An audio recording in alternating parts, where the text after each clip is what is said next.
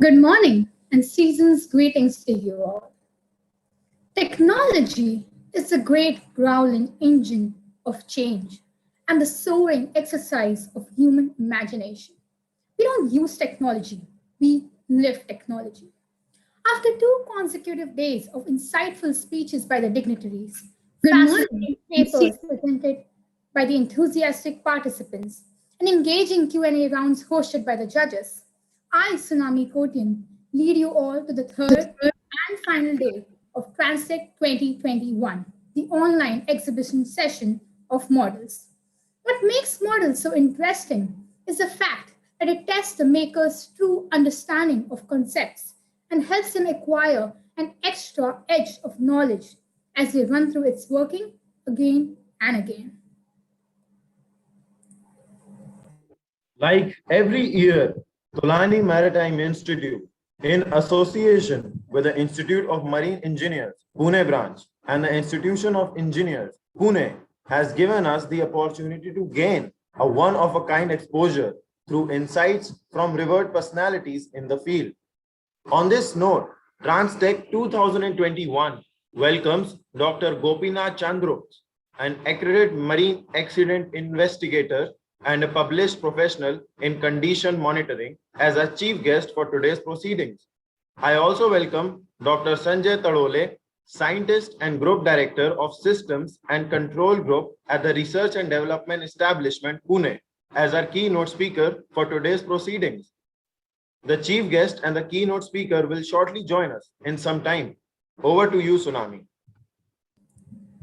Established in 1998, Tolani Maritime Institute started out as a humble educational initiative of the Tolani Group with the aim to produce high-quality mariners that would go on and become citizens of the world.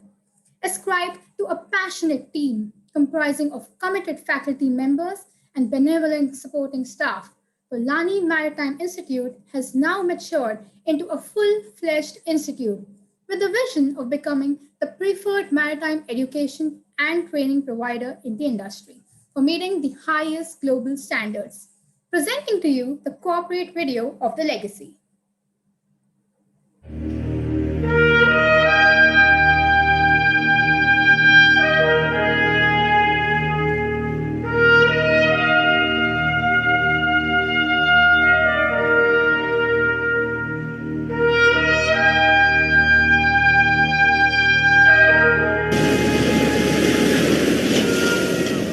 The sea might be as violent as it can be, the water infinite, and the waves intimidating. But all this become insignificant when a mariner dons his uniform. Conquering the high seas is no mean feat.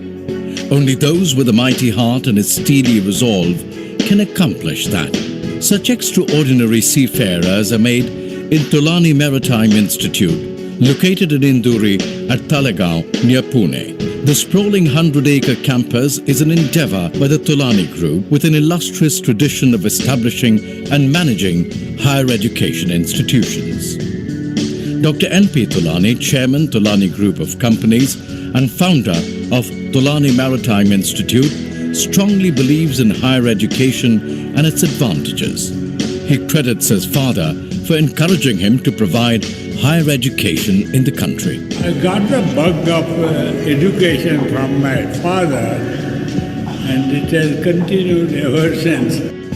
Our vision at TMI is to be the preferred maritime education and training provider in the industry, meeting the highest global standards.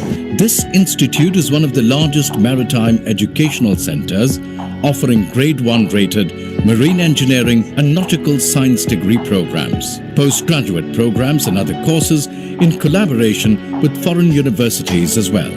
The degree courses are approved by the Directorate General of Shipping, Government of India, MLIT, Japan and MPA, Singapore. The BTech Marine Engineering BSc Nautical Science degrees and the Diploma in Nautical Science are presented by the esteemed Indian Maritime University. There are hosts of other short-term courses like Electro-Technical Officers course, Command and Control course, and other safety-related courses. At TMI, our focus is to achieve excellence in shipping and maritime techniques. But what makes this possible and what creates world-class mariners? It is the holistic impact of the state-of-the-art campus and the overall infrastructure that renders the Institute matchless. The Institute sits in the laps of rural nature, which has enhanced its charm.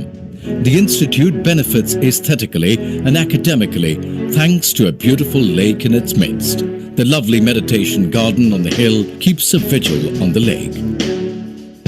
Swimming is an integral part of the training, which is adjacent to the clubhouse. Outdoor sports like football, cricket, basketball, volleyball, athletics, squash, etc., and other indoor games are made available on this campus. The Institute has 4 well-equipped compact catamaran sailboats to give the students a glimpse of life on high seas. Together we share some really nice moments of our life. With the aim to develop sturdy and healthy mariners, comfortable hostel facility serves them in the best way. The hostel buildings have television rooms, activity areas, and well-equipped gyms. The Institute features excellent academic facilities. The Institute has well-equipped laboratories for demonstrating and teaching the principles of material testing, mechanics, hydraulics, electric control systems, electronic equipment, and electric machinery. The world-class engineering systems on the campus, like Prabhu Vidya, High Voltage Lab, Hydraulic Lab, Hazard Simulation Lab, Full Mission Simulators, etc., fulfill the requirements of aspiring mariners. Can you imagine, some of these systems are almost a replica of the real shipboard equipments. This is an Equal Opportunity Institute. The students are offered merit and need-cum-merit scholarships worth over $160,000 per year. Additionally, many shipping companies also offer merit-based scholarships. As a student and an aspiring mariner, this is the most amazing and apt place I could have been. But the linking bridge between all these elements of the Institute and the students is the faculty.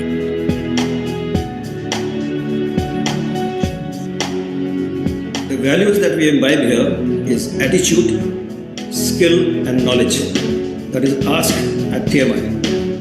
These values along with safety come together to create successful mariners. The skilled and experienced faculty at Tolani Maritime Institute is guiding light for the proud future mariners. The courses we offer at TMI for the undergraduate programs allow the students to identify, explore, and understand areas where his or her true passion lies, the exciting profession of seafaring. The professional and qualified full-time faculty leaves no stone unturned to instill pride, integrity, determination, humbleness, and in-depth knowledge about shipping and maritime operations in the would-be marine officers. After all, it takes more than just the love for swimming to make you equal when the sea presents its worst best.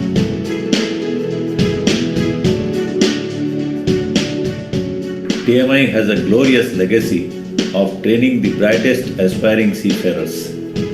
But why do students go through these 4 years of grueling training? To tame the seas and for admiration, respect and honor, which come with donning the uniform adorned with stars. It is a job worth toiling for. Some of these students go on to become the guardians of India's formidable coastline. The innovative internship cum placements program at the Institute gives its students an edge over the others. The recruiting companies have no second thoughts on hiring students from the Institute. A majority of students enjoy a permanent employment with some of the top-notch national and international shipping companies. I believe that this is where the bright future of shipping and maritime industry in India is assured. The journey, though, definitely does not end here. It is still a long way to go, and they have to prove their mettle. The canvas is huge, the battle challenging. It has been rightly said that you can never cross the ocean unless you have the courage to lose sight of the shore. That will surely not be a tough task for graduates from this institute. They have the strong foundation of training at one of the best maritime institutes in India. Any ocean, any ship is easy to fathom when your alma mater is Tulani Maritime Institute.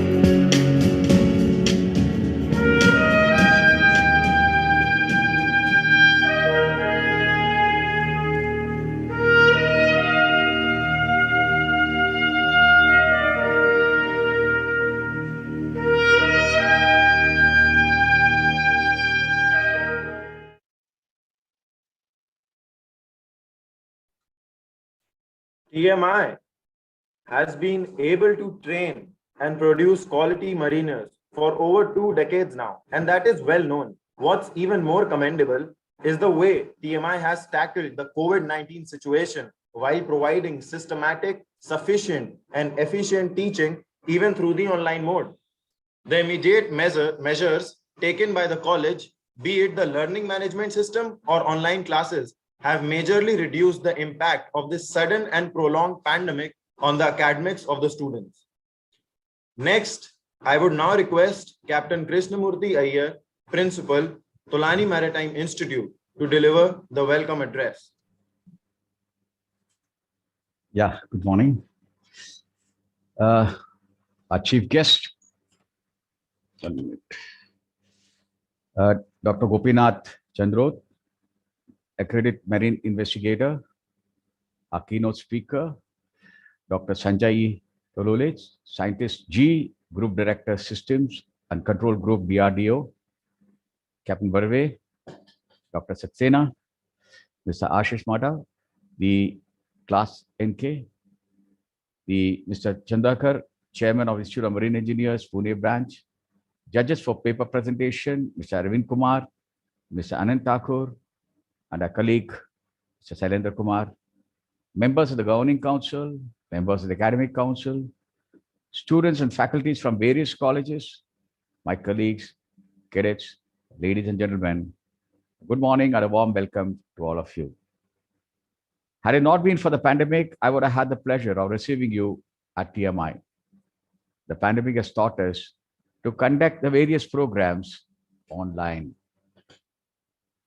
We welcome Dr. Gopinath Chandrot and also Dr. Sanjay Tolole. Both of them have a very busy schedule. I think they'll be joining shortly. But we're thankful that they have found time to give us the keynote address. I wish to express my appreciation to the judges who have gone through all the papers and evaluated all the presentation, which is the Herculean task. I understand when all the speakers are presented well, selecting the prize for the winners is not that easy.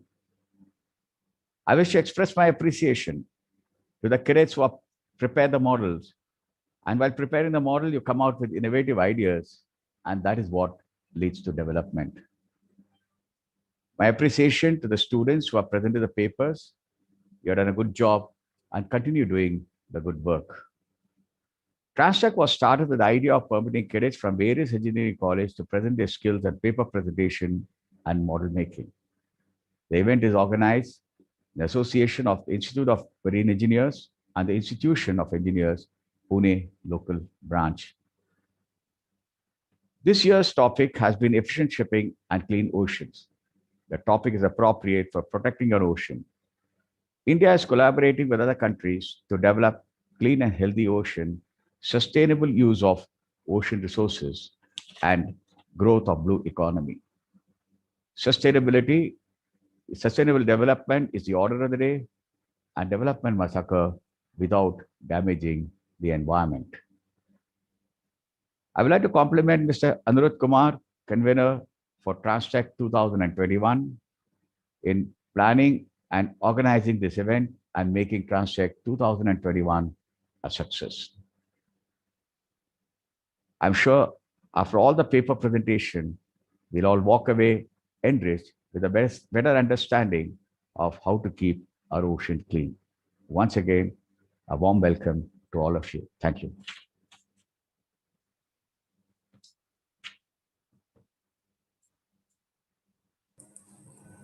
Being the large-scale event that it is, Transtech provides everyone an opportunity to display a technical array of their talents. Like every year, TMI organized a video making competition, attracting positive competition among the participants and receiving one winner. Presenting to you the official video of Transtech 2021 by Cadet Dipan Srivastav of first year NS.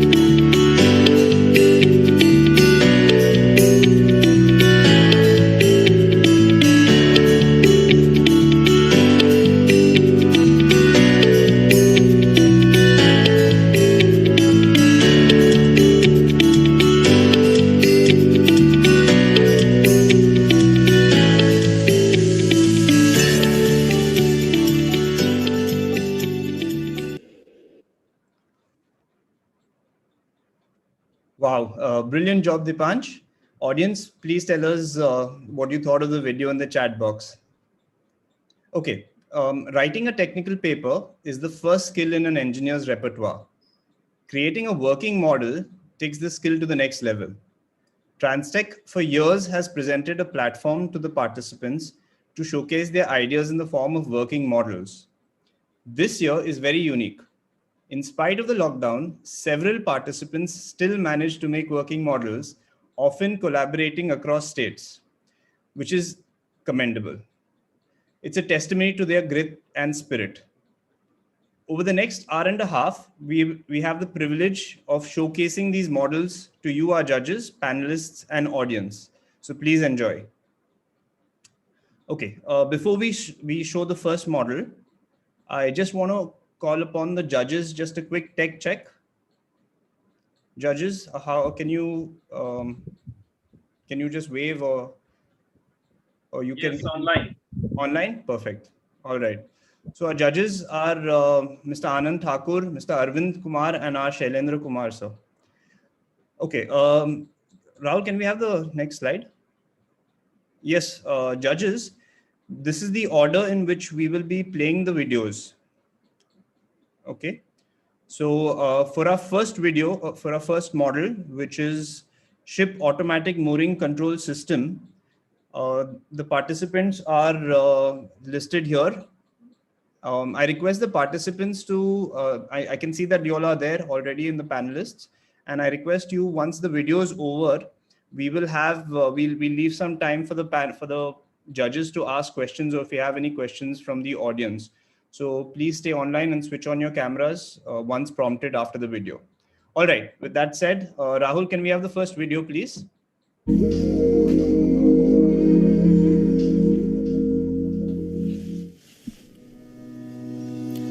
Our model, Ship's Automatic Mooring Control System, is prepared by 1 second-year cadet and 3 fourth-year cadets, namely Hardik Watts, Adesh Satpute, Saurabh Sable, and yours truly, Ranbir Singh Bhalla. Now let me introduce you to our project and talk about the things that inspired this and helped us realize the importance of having such a system on board. Berthing and mooring are critical operations being performed on ships since days beyond recall. These operations demand a great deal of expertise by both the ship's crew and the authorities at the port. They require effective and clear communication, teamwork, and cooperation between the ship's crew and the port authorities. The individuals employed in mooring need to be highly skilled and trained to carry out berthing safely and successfully. Traditional mooring is done via making an approach to the jetty at a 25-degree angle, reversing the direction of the engine to get the stern to the required position, to align the ship, and finally stopping the engine well before as it moves for a bit and makes some headway. Most ships, keeping aside a few, still use manual mooring, where heaving lines tied to the mooring lines are thrown to the jetty or the quay. People are especially vulnerable in the snapback zone and near the bight of the rope. With our proposed model, we plan to minimize the risk involved in these operations by absolutely minimizing the need for human intervention and expertise. Now, how do we plan to do that? We plan to completely automate the mooring procedure and make the ship self-sufficient for the same. We have designed a system wherein an Arduino-controlled crane fitted on the ship would have a magnetic strip that would automatically go to a mooring loop attached with an iron piece, pick up the loop, and drop it on the bollard. The Arduino would be programmed to go to the exact location of the mooring loop and wrap it around precisely on the bollard. This procedure is repeated for all the lines, namely the spring lines, head lines, breast lines, and stern lines. This eliminates the need of throwing the rope at all, and also the risk of standing in the vicinity of the dangerous regions concerned with manual mooring. It also eliminates the need of hiring a mooring boat, thus saving money for the company. It is a faster, easier, and more reliable process than using the method of berthing with traditional mooring ropes. Furthermore, it makes mooring even easier in polar regions and icy weather. It also has the added benefit to provide accurately only the required amount of tensioning force for the given angle and position. It would also reduce the manpower and human skill required and would in general just smoothen the entire process of berthing a vessel.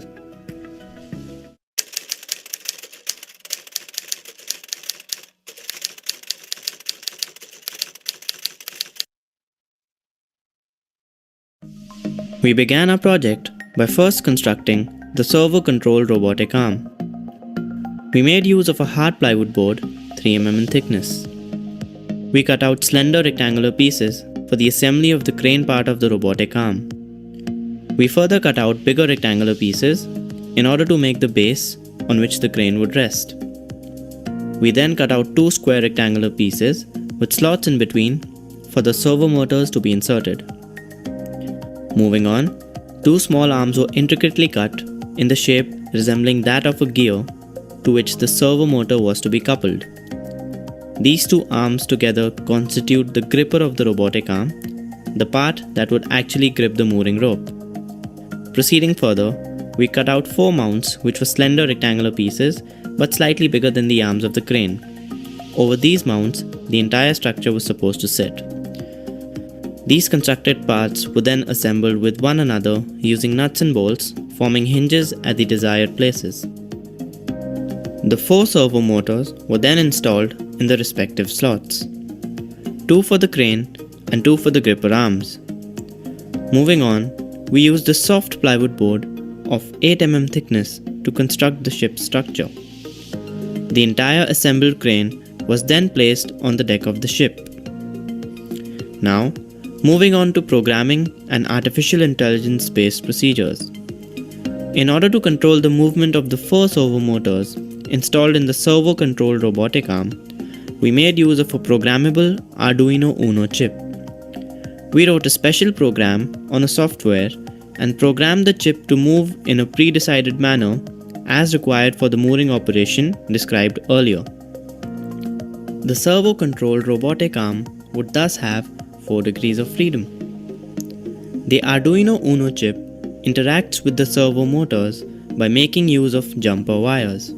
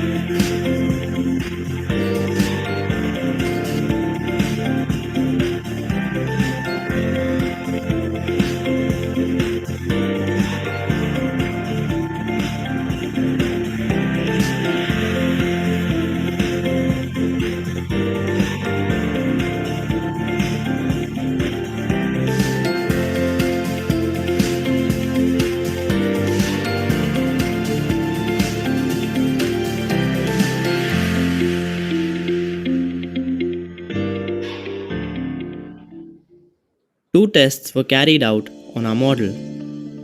According to test 1, a measured amount of load, that is the weight of the rope, was intentionally put over the robotic arm crane. Two coordinates were fixed, namely A and B. Readings were taken for the time taken for the crane to move from point A to point B, and thereafter the speed was found out.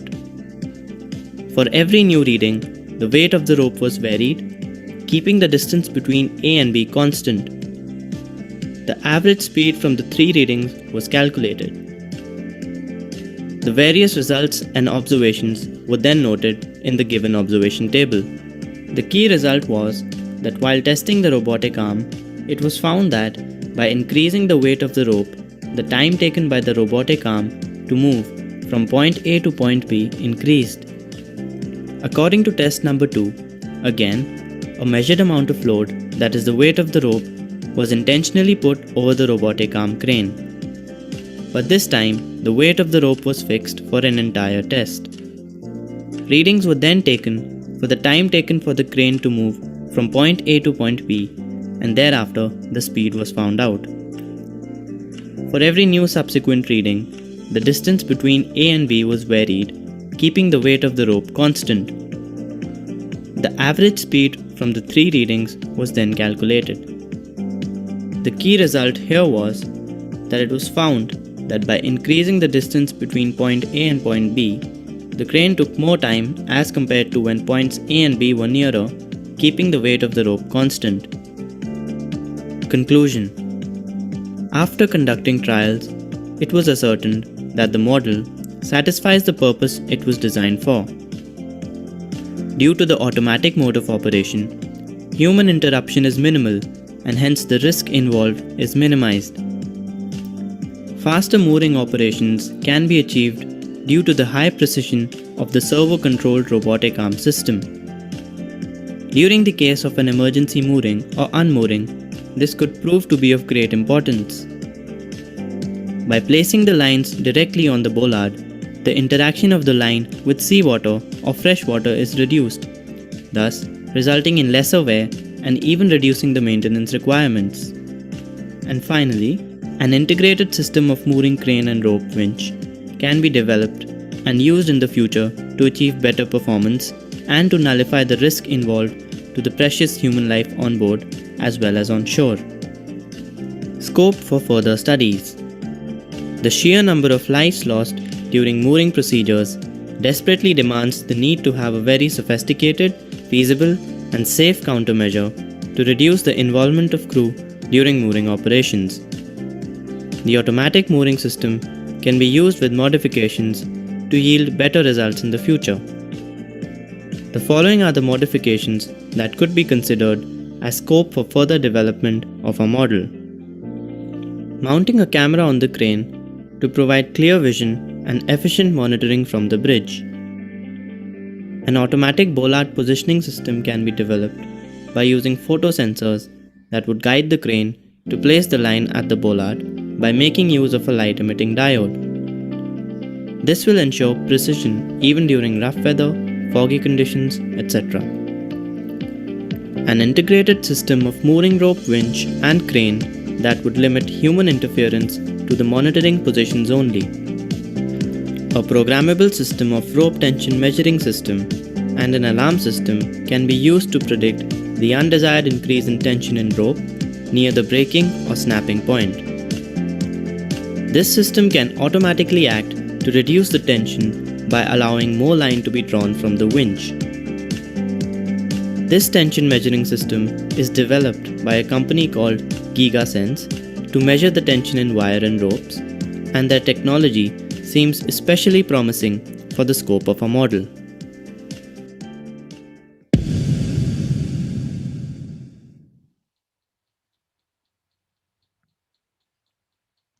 Wow, fantastic job, no? Okay, perfect.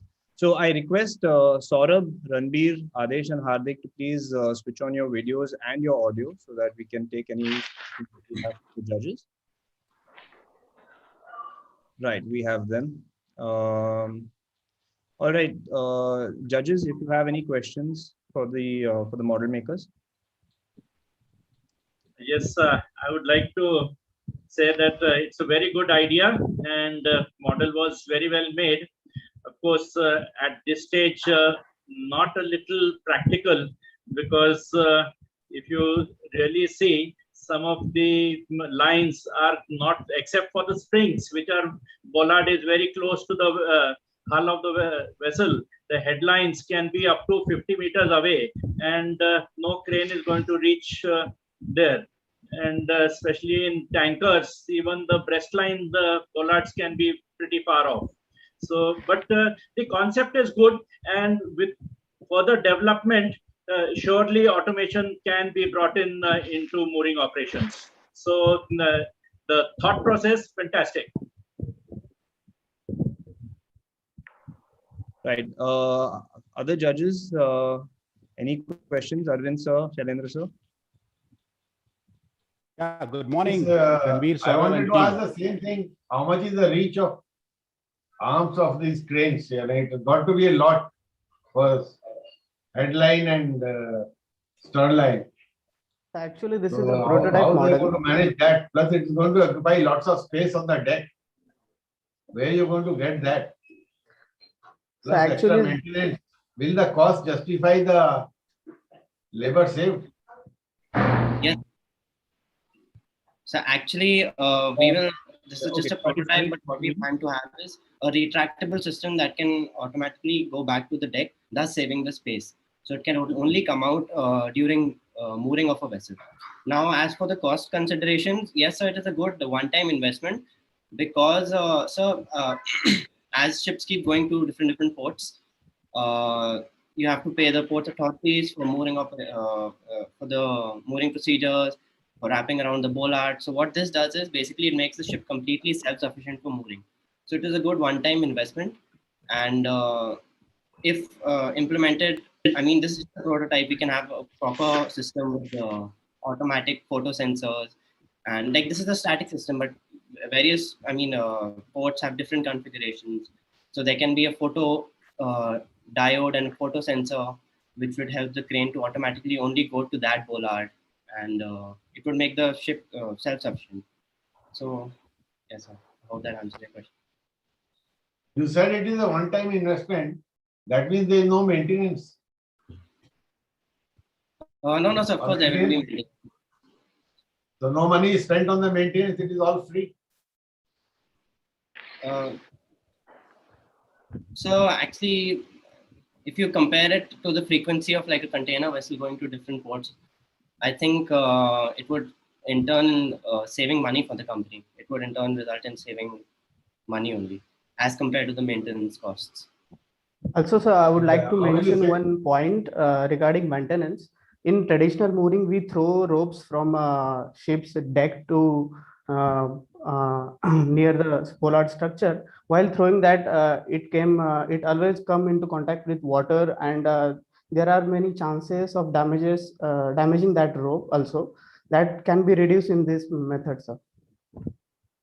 I have never seen any rope getting damaged by falling in the water.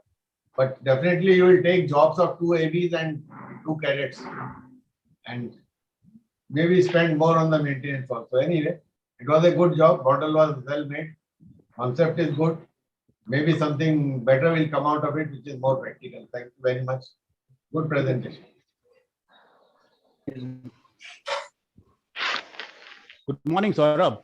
Yeah, apart from model being good, it was presented well. Your camera work and everything was spot on, where the words were coming in. So congratulations on that front. While explaining this, you talked about 4 degrees of freedom. What are these 4 degrees of freedom which you'll take care of in automation? So we have installed 4 servo motors, which gives the model for the robotic arm 4 different directions. That is 4 degrees of freedom, and that can be easily controlled using this Arduino program, Arduino chip.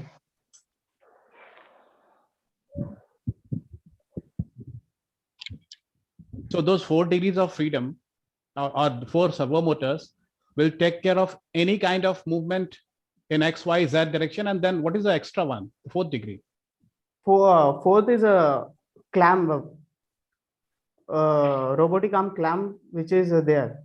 So, fourth motor is put there. All right. Thank you. All right. Do we have any more questions from the judges? Nothing. Okay, so the judges are satisfied. Saurabh, I see that there are a few questions from the participants and from the other panelists. So because of the dearth of time, what I would do is I would encourage you to just, chat with them and see if you can answer their questions, because you're, as a panelist, I think you have those rights. Okay, sir. All right, thank you. Good job. All right, judges, our next video is on sensor and drone extinguisher.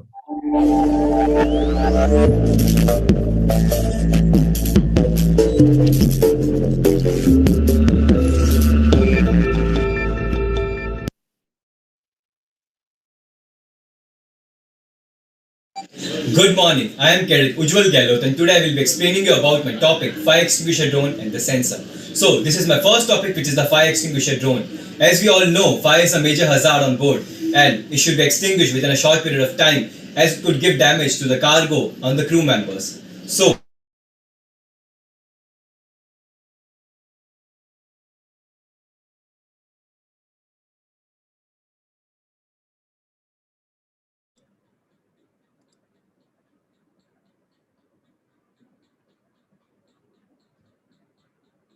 Rahul, has the video paused?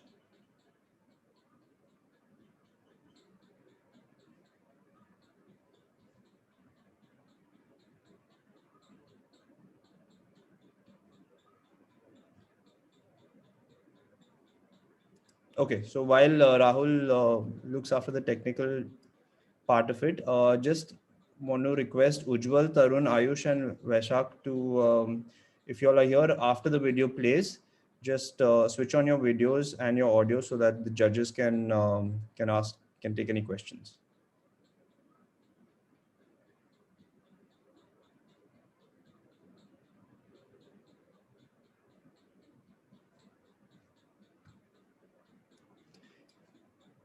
In the meantime, while we're waiting, I'd like the audience to please comment on the previous video. How did you, what did you think of the model? If you have any question and answers, you can type it in the chat box, and Saurabh and his team would be glad to answer your questions.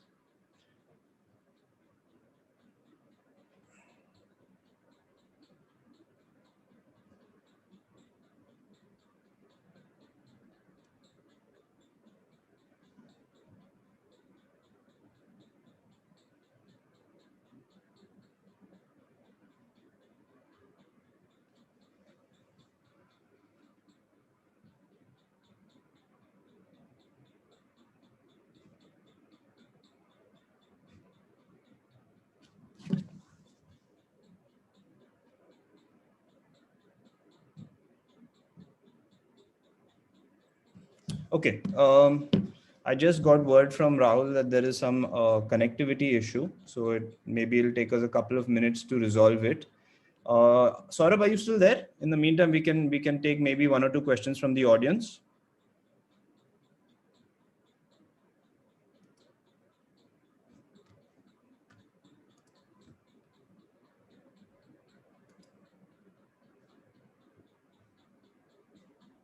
Saurabh or Ranbir?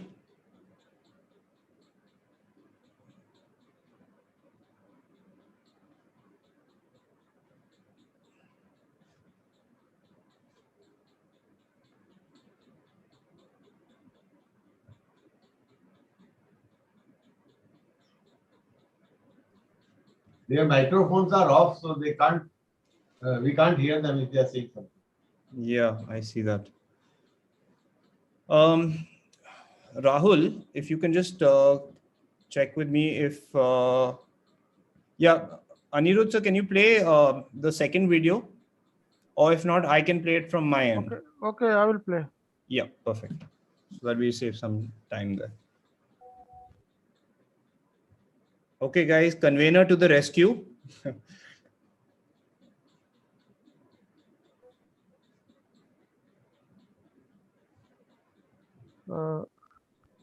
Please make me co-host. Oh, sir, yeah, okay, I will do that.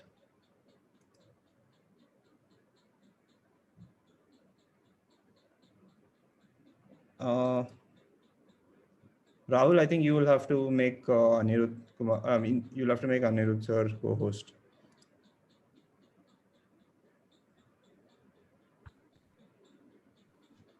English sir is the host. I think Rahul sir is not in the meeting, so English sir will do that.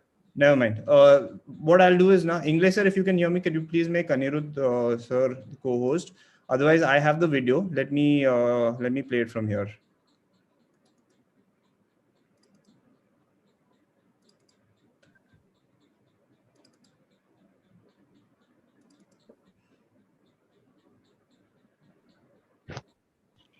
Ganesh English sir, please make me co-host.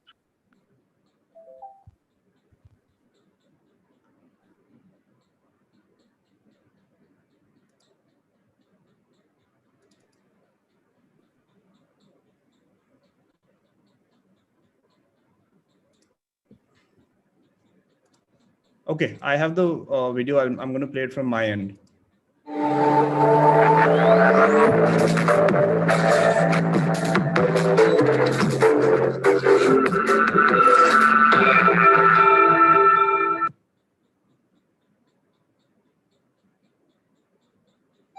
Good morning, I am Ujwal Gehlot, and today I will be explaining you about my topic, fire extinguisher drone and the sensor. So this is my first topic, which is the fire extinguisher drone. As we all know, fire is a major hazard on board and it should be extinguished within a short period of time, as it could give damage to the cargo and the crew members. So basically this is a fire extinguisher drone, and this drone consists of the dropping mechanism. This dropping mechanism is used to drop this ball. This is a fire extinguisher ball which consists of 90% of dry extinguisher powder, and this dry extinguisher powder is ammonium phosphate. So whenever I drop this fire extinguisher ball in the fire, this fire extinguisher ball explodes and it will spread the dry extinguisher powder all around it, and the fire will get extinguished within 2 or 3 seconds. Now I will be explaining you about my dropping mechanism. So here is my dropping mechanism. This dropping mechanism consists of a receiver unit. This receiver unit, I have connected an LED for the indication whether the receiver unit is turned on or off. So there is a battery which is under the black color box. The battery I've used is a 4.7 volts lithium ion battery. I've connected a motor which is connected to the receiver unit. This motor rotates whenever the receiver actually receives a signal from the transmitter. So when this motor rotates, it will pull this pin, and the thread which is actually on the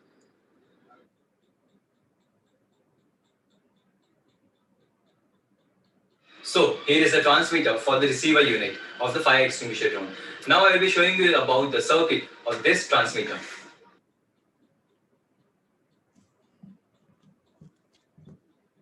So it is a transmitter. So these two wires are the power supply. It has two switches, this and this, which is used to rotate the motor in the clockwise and the anti-clockwise directions. And on this place, we connect the antenna. So this is what the transmitter is.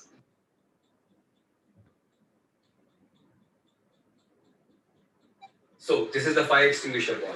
So here is the stand, and I've connected the stand with a nylon thread, since the nylon thread can easily take this weight of the ball. Now, how I'm going to connect this ball? I have connected a pin, and here a circle. So I could easily connect it using this pin. So I could easily connect this dropping mechanism with the ball, and the nylon thread can easily carry this ball and the dropping mechanism.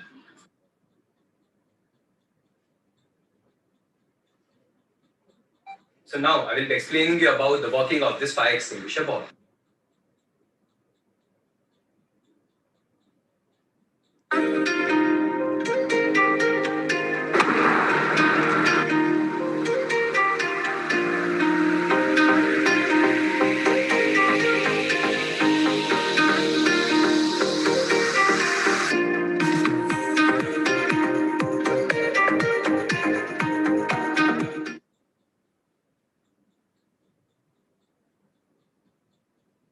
So this drone is a prototype, and the drone which we are going to use is a UNEC H970 Tornado drone.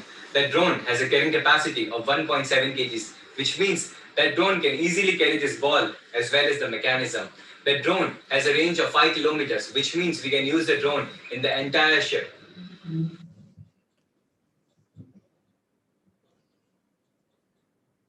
So this drone can also work with the smartphones, not only by this remote. So I will show you the working of this drone using their smartphones. So here is the camera. How does it work? I will show you here. So you could see that the camera is working. Now I will show you the working of this using this.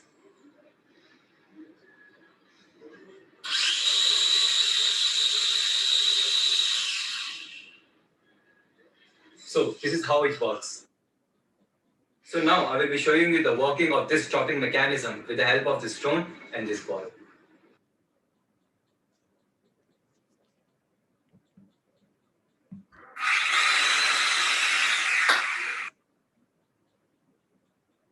When I press the transmitter button, the ball which is attached to the mechanism will drop.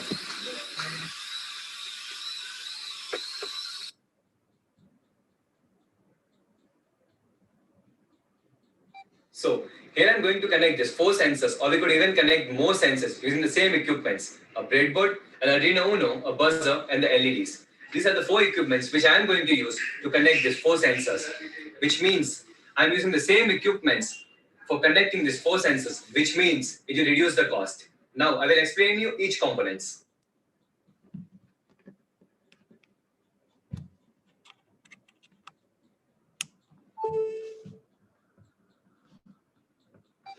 This is the breadboard, which is used to connect the circuit in different order. For an example, if I need to connect 5 wires, I can connect it here. 1, 2, 3, 4, 5.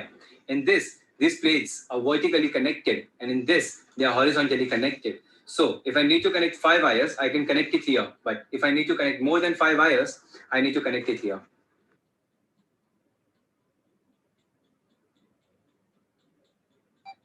So this is the buzzer, and these 2 are the LEDs, which I have used as an indication for different types of sensors. Just for an example, if I'm using a fire sensor, when the fire detected, this buzzer rings and this LED glows.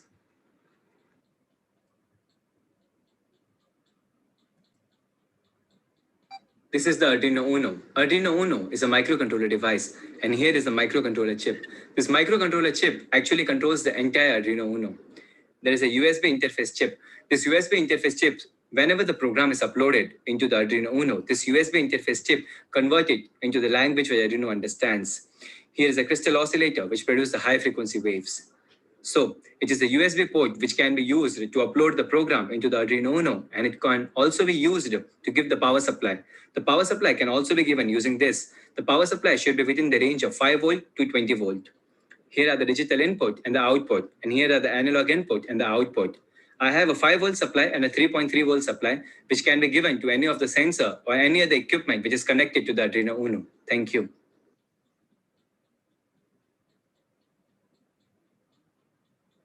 So here is my first sensor, which is a sonar sensor. I have used the sonar sensor to detect the vibration in a machine. This sonar sensor actually has a transmitter, a receiver. A transmitter, it is used to transmit the waves which are actually produced by this crystal oscillator. This crystal oscillator actually produces high frequency waves. So this high frequency wave is transmitted by this transmitter and gets reflected by an object or a machine, and it receives by this receiver. This complete sonar sensor actually works on these 3 microchips. So here I have a VCC, I have a trigger, I have an echo, and a ground pin here.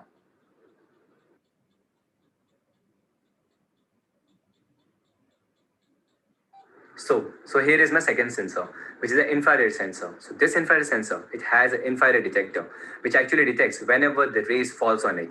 It has a microcontroller chip, which actually controls its overall operation. Now, since it has a VCC, a ground, and a digital output. So whenever the infrared falls on it, it actually sends a signal. This signal is actually sent to an Arduino Uno, and it will ring the alarm.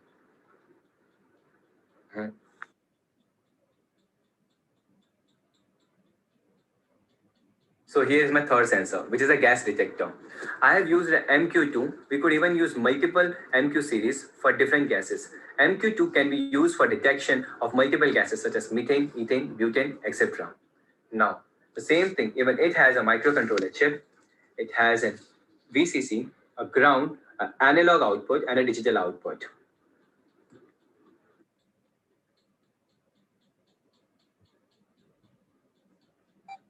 So here's my last sensor, which is a flow detector.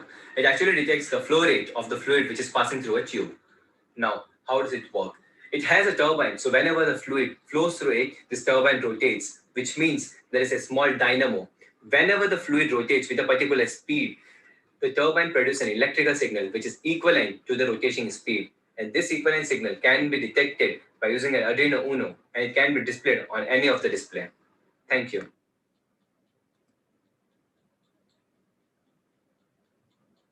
So now I will be explaining you about the circuit diagram of my first sensor, which is a sonar sensor.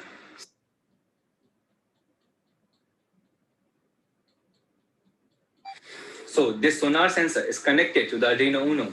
The VCC pin is connected to the 5-volt supply, and the ground pin is connected to the ground pin of the Arduino Uno.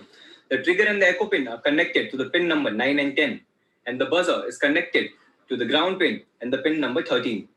The power supply, I'm using a 5-volt adapter for giving the power supply to the Arduino Uno.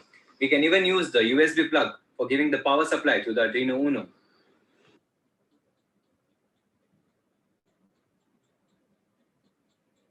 So here's my second topic, which is the sensor. So I'm going to use different sensor using the same equipments. So I'm going to use an Arduino Uno, a breadboard, different LEDs, and a buzzer. So here is my first sensor, which I am going to show. So it is a sonar sensor, which I am going to use as a vibration detector. So when the machine is vibrating within a certain limits, it will be working perfectly and the alarm won't ring. So now, when the machine vibrates more than the certain limits, which means I'm just taking it forward, you could see the buzzer starts and the alarm rings. So now when the machine rings, when the machine vibrates more than the certain limits, like if the machine is vibrating enormously, so you can see it will be alarming continuously, which means there is a defect in the machine and you should rectify it within the proper time.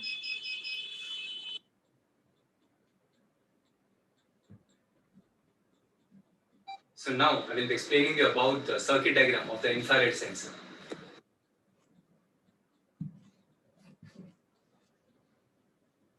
So now this infrared sensor is connected to the Arduino Uno. The VCC is connected to the 5 volts and the ground is connected to the ground. I am taking the digital output which is given to the pin number 11. And now the LED green and the red, they are given to the plug number which is 5 and 6. So now the buzzer is given to the pin number 12 and all the ground of this LED buzzer is given to the ground of the Arduino Uno. I am giving the power supply using the 5-volt adapter.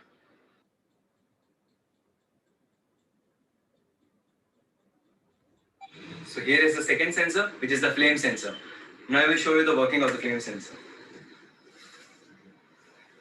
So when in the normal condition, when there is no fire, the green LED will be continuously glowing. Now, in the circumstances when the fire comes, you could see the buzzer starts and the red LED glows.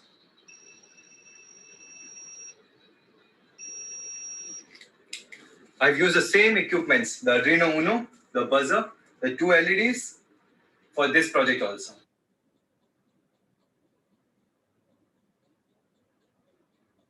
Now, I will be explaining you about the gas detector.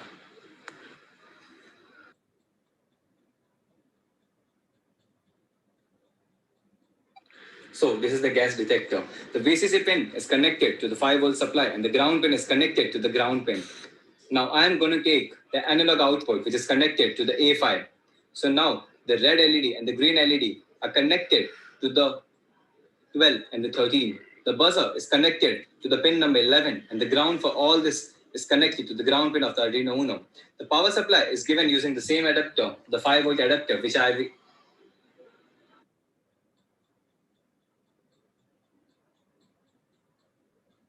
So this is my third detector, which is the gas detector. Now I will show you the working of the gas detector. So in the normal condition, the green LED will be glowing here. But during the abnormal condition, when the gas leaks,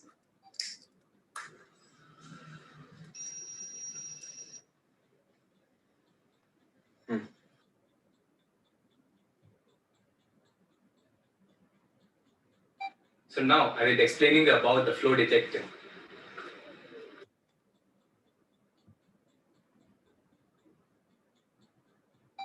the red pin of the flow detector is the VCC. The black is the ground and the yellow is the trigger pin. So the red pin, I am connecting it with a 3.3 volt from the Arduino Uno. The black is connected to the ground and the yellow pin is connected to the pin number 2.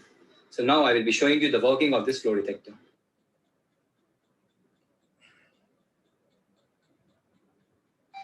So whenever the fluid passes through this tube, it will show you the flow velocity on the screen. I have kept the unit as the liters per hour in this.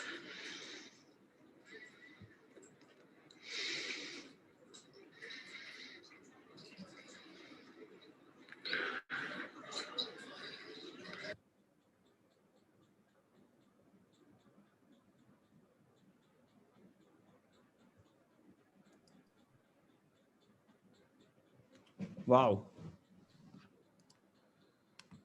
Wow, wasn't that amazing? All right, can we please have cadets Ujjwal, Tarun, Ayush and Vaishak to please switch on your cameras and your audio so that the judges may ask you whatever questions they may have. Perfect. Judges, all yours. Yeah, Arvind Kumar here. I have a few questions to ask. Yes, sir. First one is, when you drop the ball, into how many pieces will it break? So actually, it just exploded. So it will be like the powder will be spreading all over around. It won't be like how can I say? So it will be like a normal dynamo. So when the dynamo explodes, the powder will be spread all over the around. Like it consists of a normal like what I will say, a dry extinguisher powder inside the ball. Which dynamo explodes, man? So there is a small dynamo which is present inside the ball. So whenever we throw a ball inside the fire, the dynamo explodes, and the dry extinguisher powder, which is inside the ball, that will spread all over the around.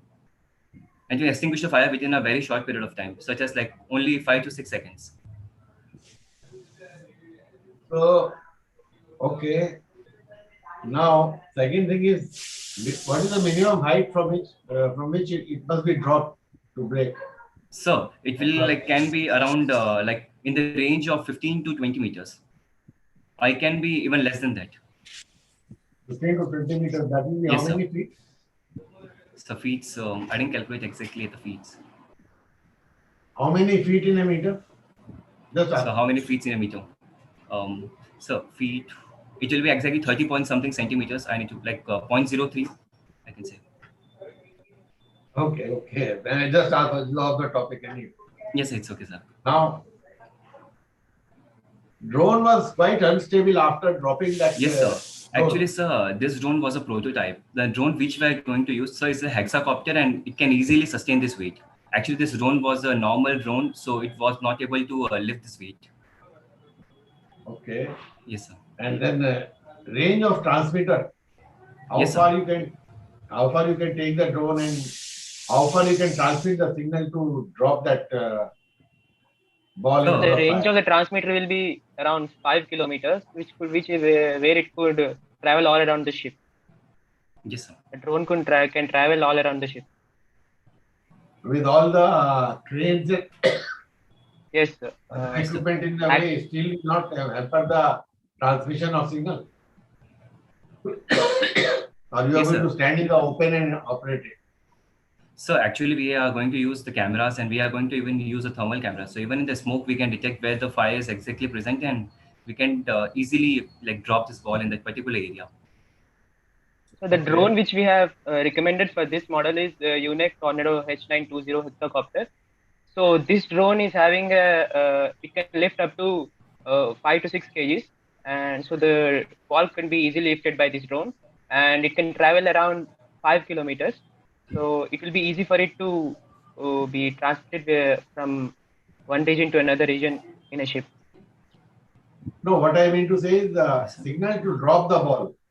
Yes, sir. Is it same? It is integrated in the system for the drone or it is separate? So actually, like I have made it as a different part, but like when we are going to design this drone, we are going to make it as an integration part. Like it will be Now that signal, how far it can travel to drop the ball, you know?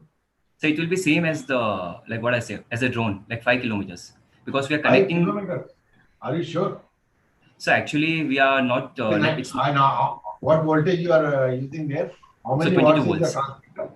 So 22 volt. And how We are many going to watts is use the two batteries. transmitter?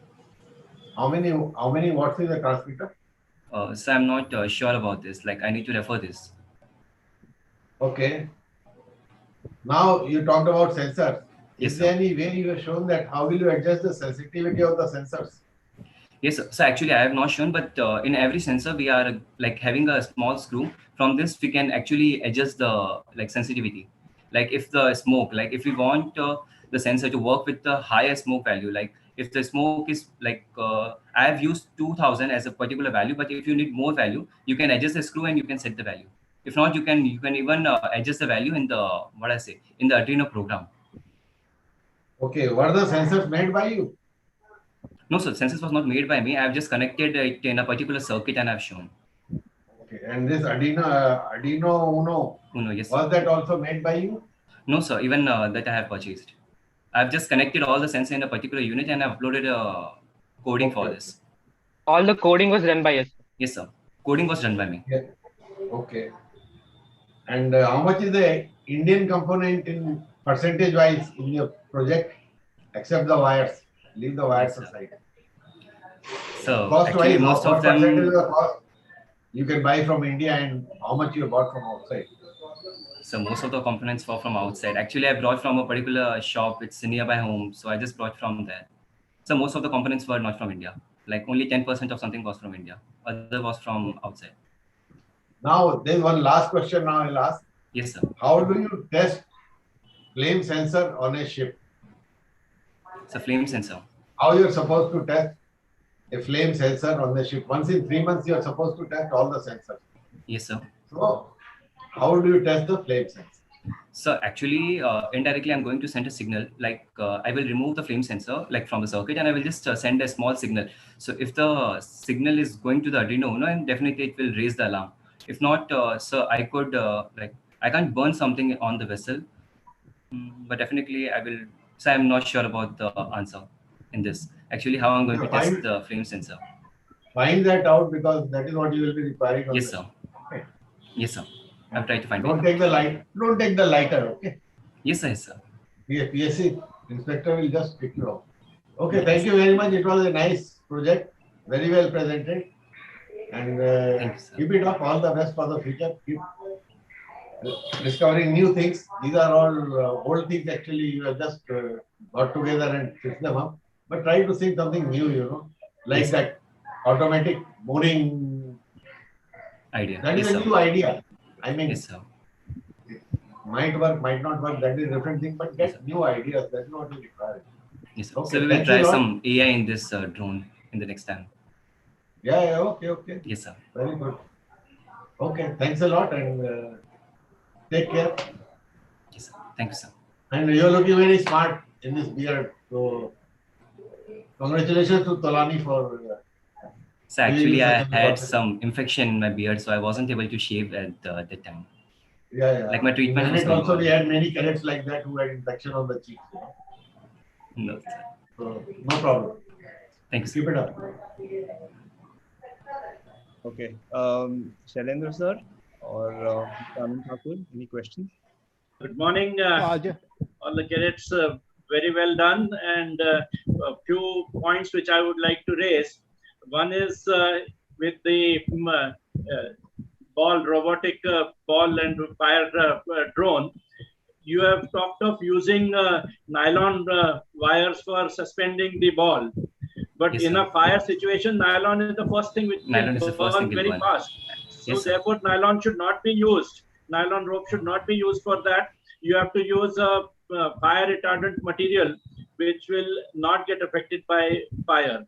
Because if you have to drop, especially in an enclosed space like engine room or something like that, if you have to, the drone has to go close to where the fire is, then it will be coming very close to the high temperature areas and may get some flames also. So your drone as well as the dropping mechanism has to be such that it is fireproof. Yes, sir. So basically, once you go to ship and if you happen to be going on tankers, this safety has to become your second nature. So even in your sleep, when you think, you cannot just think of using something like this in case of a fire.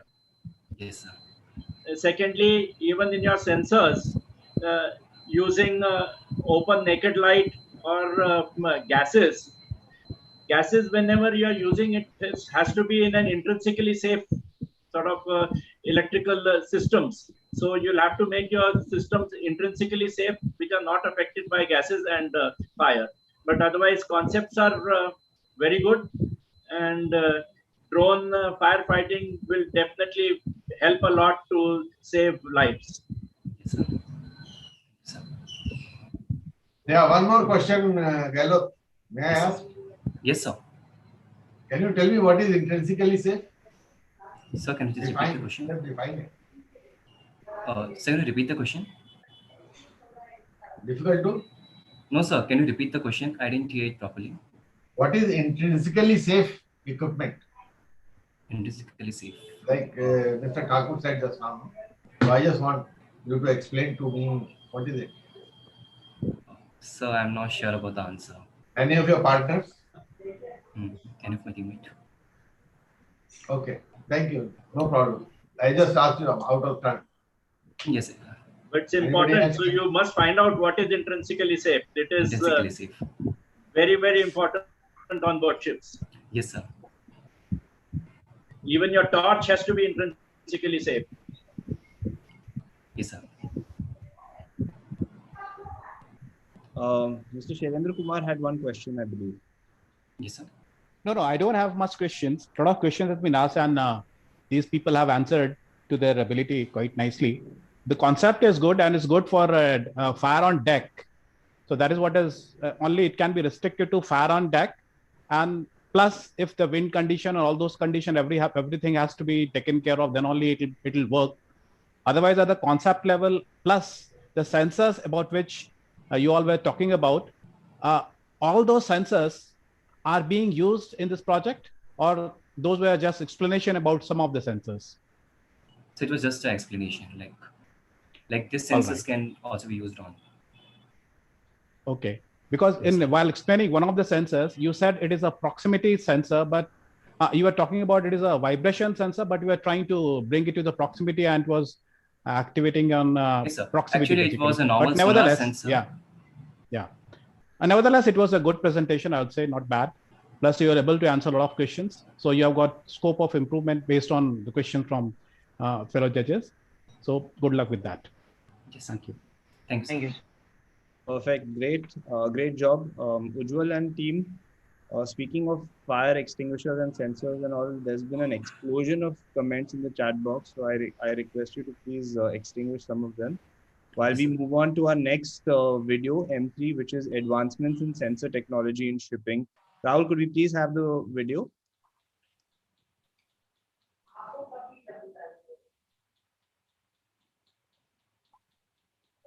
Rahul, is the audio on?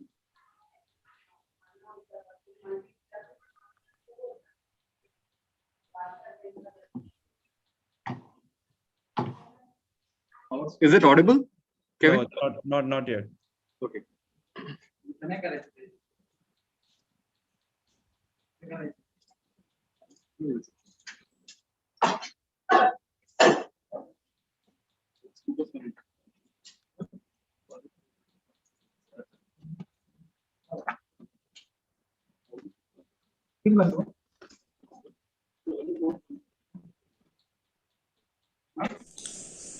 Hello, respected members of jury and everyone who is attending this event.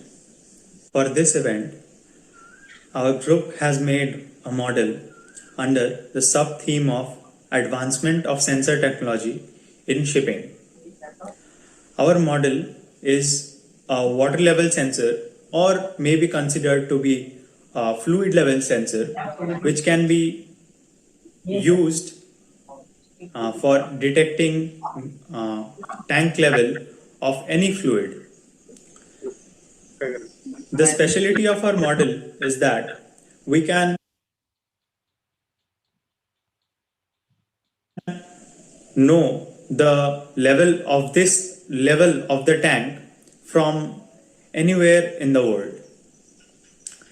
And the point which makes our model more special, which is our own innovation, is in general, we see that sensors are fixed in a particular place.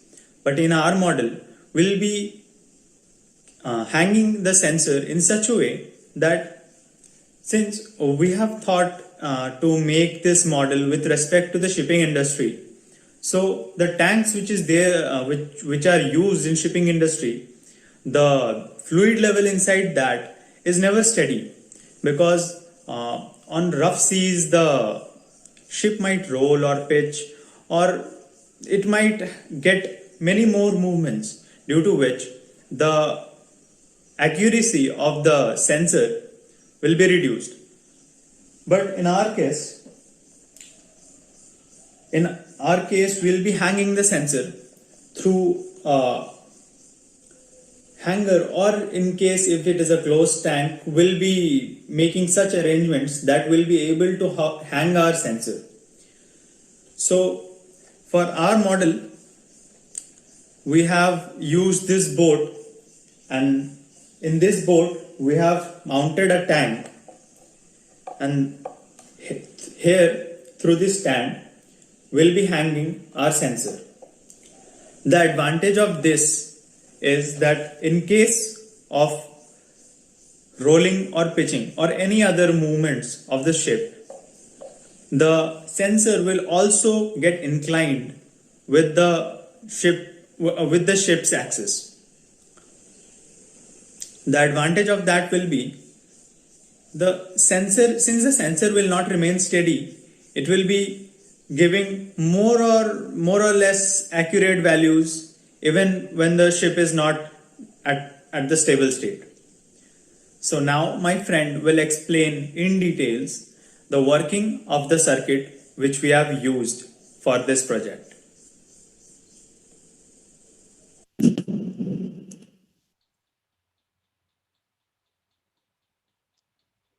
Hello, I am going to explain about the working of IoT-based water level sensor.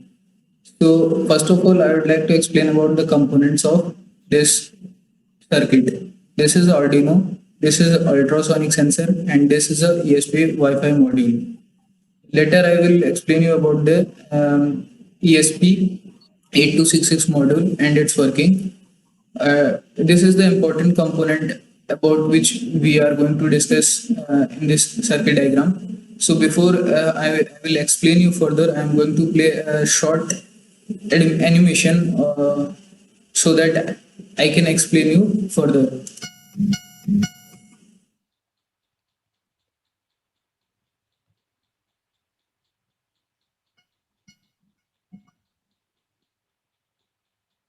So as we have just seen that if the water level is at first level, then the first LED will glow, and if the water is at second level, the second LED will glow, and same for and so on for all the LEDs. So basically what's going on here is this ultrasonic sensor is sending an ultrasonic wave, and that is getting reflected back after the collision from the surface of water, and it is getting received by this receiver, and this receiver sends signals to the Arduino, and this Arduino will sense the level of water and send signal to the LEDs, and same for the buzzer. And if the level is below this certain level, the buzzer lights will glow. We don't want water to go beyond this level, then this buzzer, the bulb will glow, I mean the LED will glow, and the buzzer will sound. So basically what's going on, that the signal which ultrasonic sensor is sending to the Arduino board, it is sending to the LEDs and the buzzer, and it is sending this signal to the ESP8266 Wi-Fi module. What's going on here is this ESP8266 module, we can get connected by it and access the tank water level from anywhere on board. So what we can do, we can install this blink app or a software in our cell phone, in our Android phones or PC, where we can install it and create a project. And after doing the same, we can switch on our Wi-Fi and can connect it to the ESP8266. And after putting the password, we can get the access of tank water level. Whatever level is sensed by the sensor, that is sent to the Arduino, and that Arduino will send the signals to the buzzer, LEDs, and the ESP. And the ESP will send, if we get connected to the ESP, then we can get this level of tank water level from anywhere over the board. It is not necessary here to go near to the tank and check the water level. This is the vessel on which we'll be mounting our ultrasonic sensor. This vessel was made using a 4 mm thick plywood and was nailed together using 1/2 inch nails. All the pieces were cut individually using a junior handsaw. And as you can see, we'll be keeping our circuitry here in this gap, and we'll be hanging our ultrasonic sensor through this stand. Due to some 11th hour hardware issues, we are unable to show our exact circuit. We deeply regret the inconvenience for that. That's all. That's all we had to show about our model. Thank you.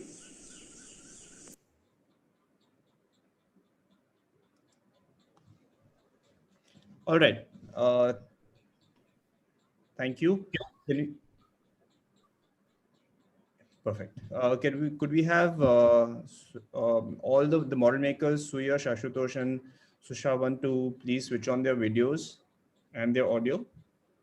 And Sir, actually, one of my member, he will not be able to turn on his video. He's having some medical problems. No problem. I hope it's not the beard problem.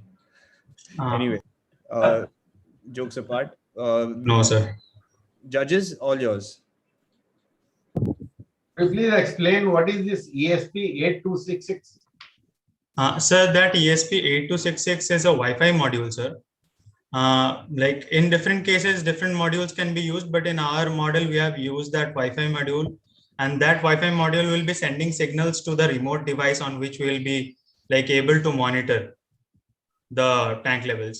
And in the video, we have only talked about water level, but when we implement this in a ship, we'll be using this for like the cargo tanks, and we can use it there. So you will be taking LHS or sounding? No, sir, there is an ultrasonic sensor, sir, which is working. So what will it show, the LH or sounding? So, I didn't get you, sir, sorry. You measure the quantity of liquid in a tank by measuring its height from the bottom. That is called sounding. Yes, sir. Yes, sir, sounding. I'm sorry, sir. And reverse of the sounding is LH, when you measure the distance of liquid top from the tank top. So in this case, you are measuring LH or sounding? Sir, I guess it's the LH. Sure. Should be, sir, because we are hanging the sensor from the top of the tank. Okay, thank you very much. I am finished. Anybody else can ask now. Well, the main new concept is this is only the ESP where you are having remote access, but rest of it there's nothing much new about it. But I would like to caution you on one thing: you cannot have any open tanks on the ship. There is no, sir. Tank that is open. So therefore, having something hanging out of the tank is out of question. And my apologies to interrupt, sir. Tank, you don't even think of it. No, sir, it will not be open, sir. It will be like fitted on the tank top, sir. Like I have the model. In that, sir, we'll be hanging it in such a way from the tank top. This stand will not be there. This is just for this model, sir. Yeah, but you made a nice model from that plywood pieces. That's nice. It looks like a very cute boat. But other than that, just wanted to caution you that no tank on the ship, even if it is the smallest tank to the largest cargo tank, cannot be open. It has to be closed, and otherwise, the rest everything is fine. Thank you. Yes, Any other questions? Mr. Shailendra Kumar, do you have any questions? Yeah, I've got a small comment, Shushavan.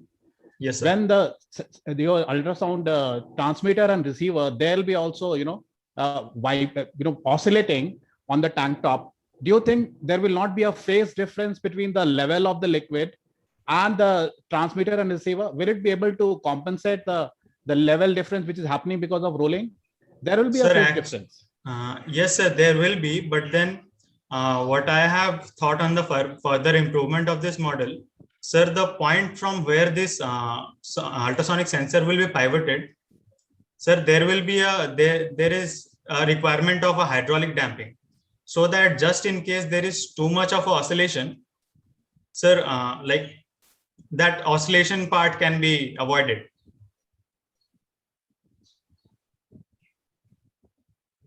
Okay, that didn't answer my question, but nevertheless, we have to see other videos also. Thank you, Sushavan, for a nice effort. Okay, thank you very much, Sushavan, Suyash, and Ashutosh. Good job, guys. Our next model, M4, is High Hard Wing Propulsion System Ship, and this is made by Sarthak Das. Could we have the video, please? Greetings to all the judges and everyone who is watching this video. My name is Sarthak Das and I am a second year marine engineering cadet at the Tolani Maritime Institute. Through this video, I am going to show you my model of a high hard wing propulsion ship.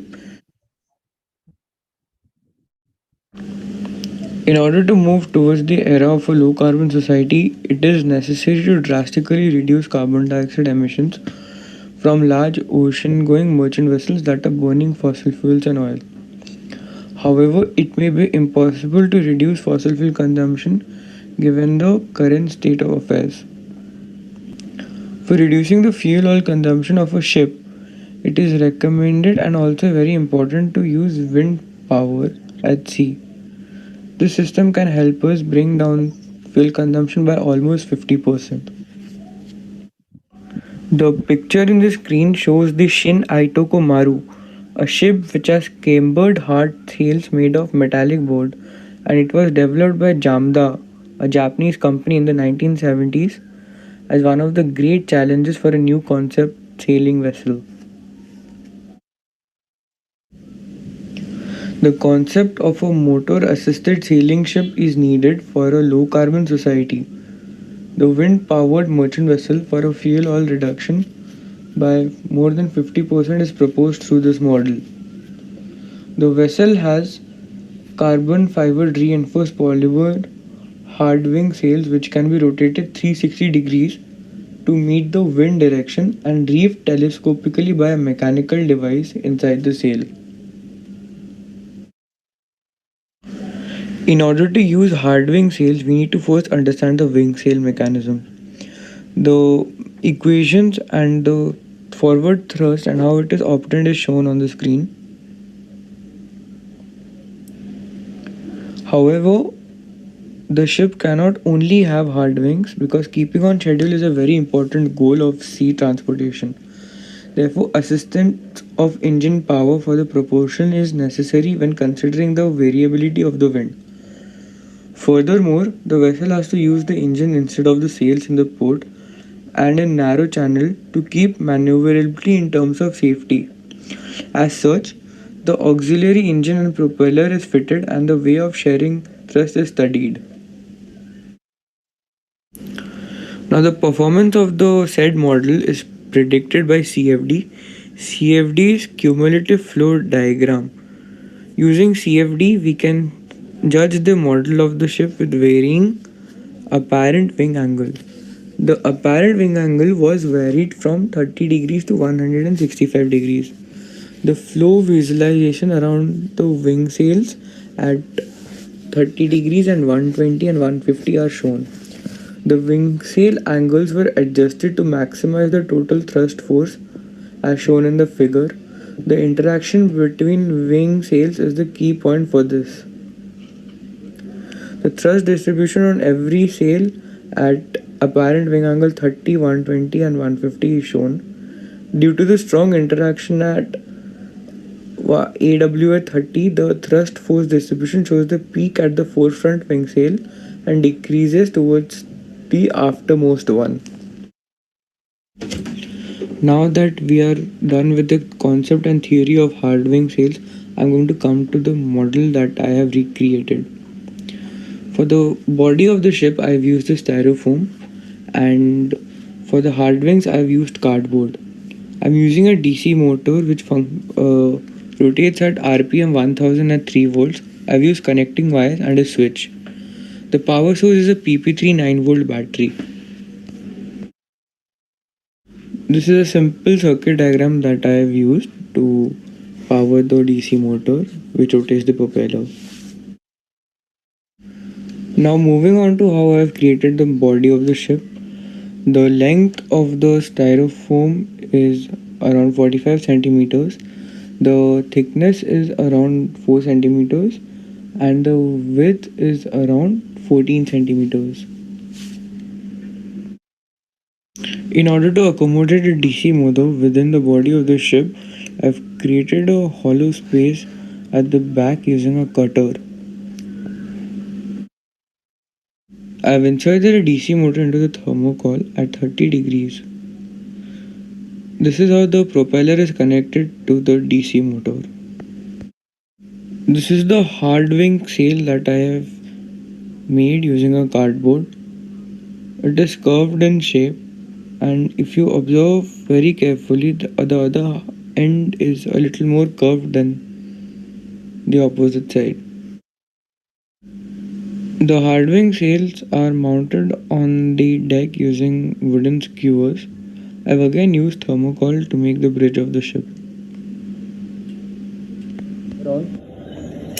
This is how the propeller rotates, and I've shown the gradual increasing speed of the propeller in slow motion. We can also see the body of the ship. The hard wing sails can rotate 360 degrees as discussed earlier. This helps in better maneuverability of the ship. This is the final look of the ship. The battery has been placed in such a way that the weight is evenly distributed so that the ship can float perfectly.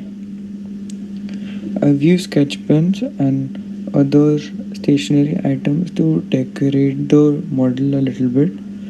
Now the moment of truth is coming. We see how the ship works on actual water.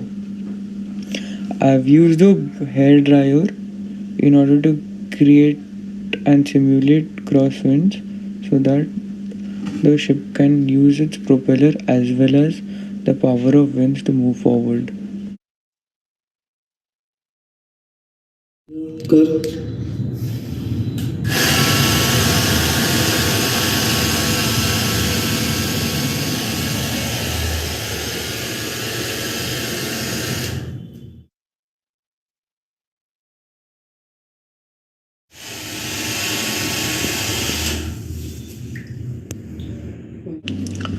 This study was based on the wind-powered vessel characterized as a motor-assisted sailing vessel and having huge hard wing sails.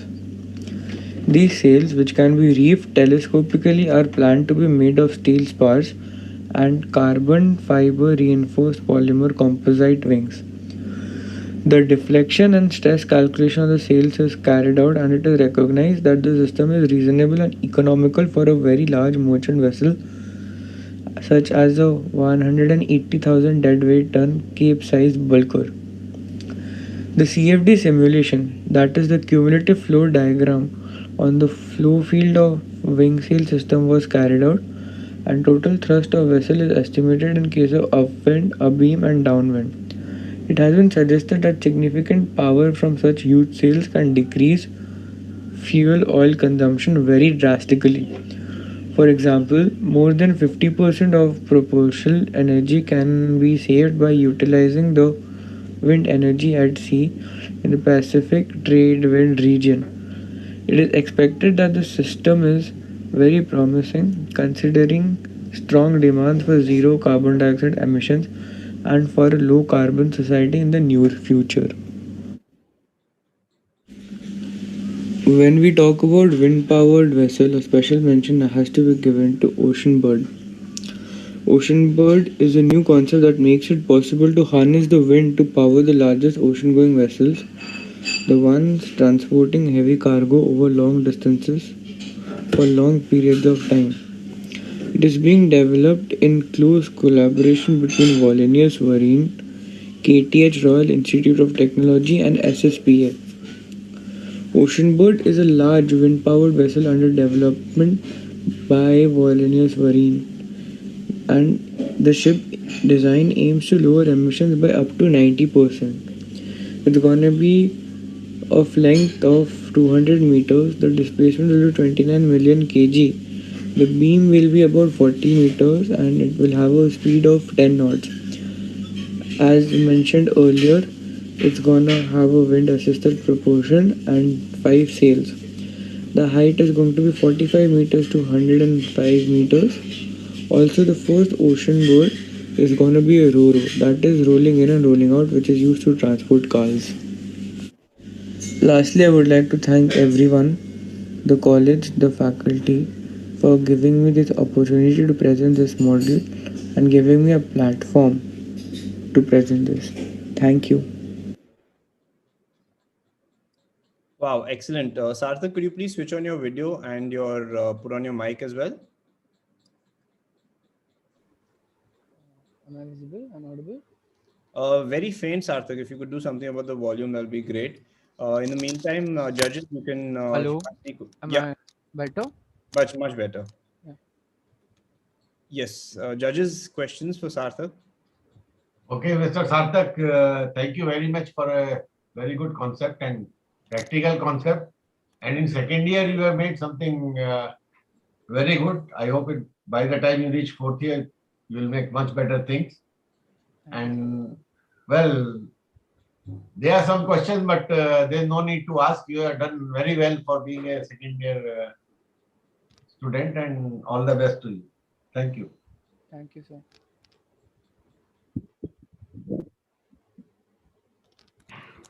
Good morning, Sarthak. This is Anand Thakur. I just wanted to ask you, are these foldable sails on the actual ship? Of course, your ship is just a model, so that is fine. But in actual vessels, are these foldable or telescopic or something like that? Because such huge projections, especially on cargo vessels, can interfere with cargo operations, shore cranes or ship's crane. Yes, sir. To answer your question, I've also done a SWOT analysis of the model.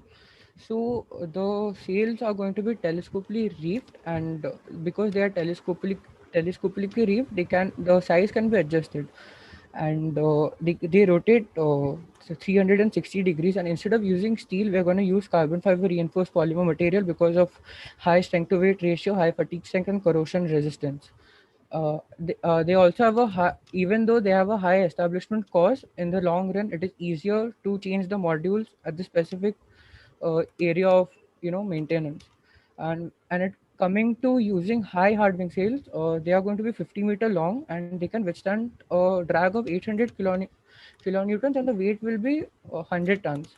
And the advantage that we get using this is the sail can be brought down during a storm. Also, when we are going against the wind, the drag can be reduced, and also there will be no obstruction while moving the cargo on the ship, like freighter ships, when we are using boom cranes. And also, since they use very little space, it can be easily retrofitted on the deck of the ship. Thank you.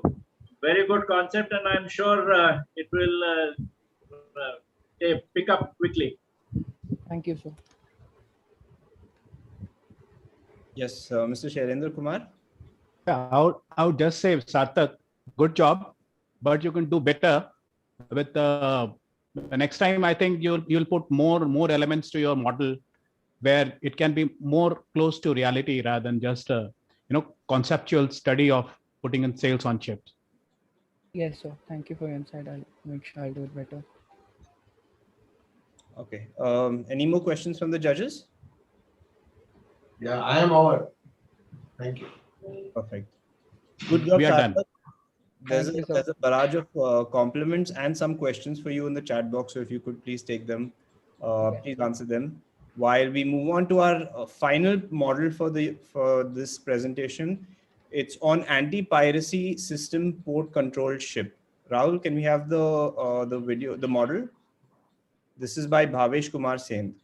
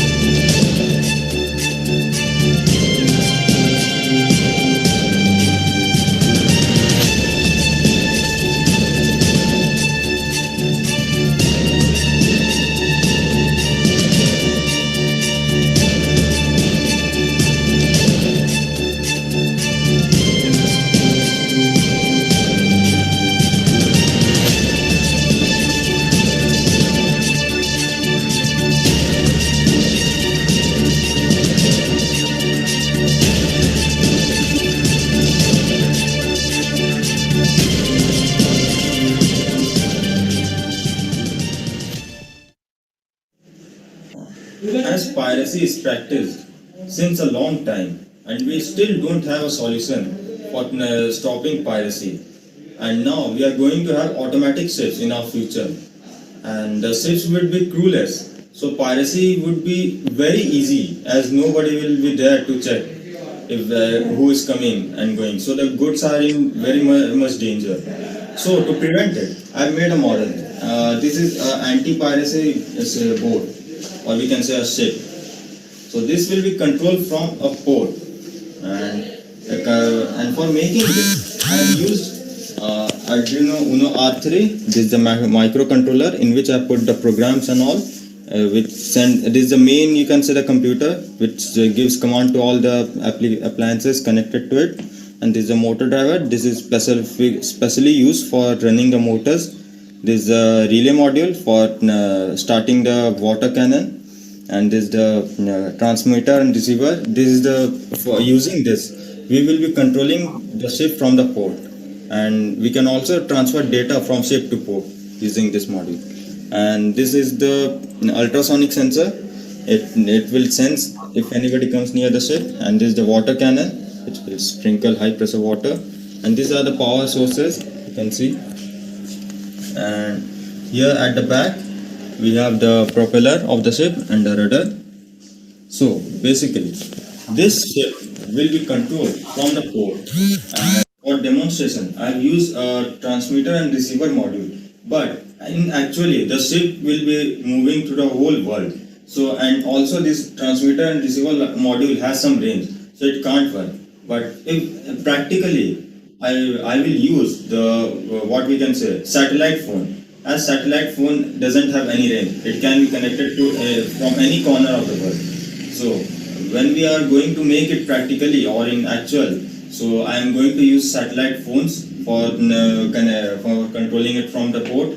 And now I haven't used a satellite phone because for buying satellite phone we require permissions and all, and it's a very long process.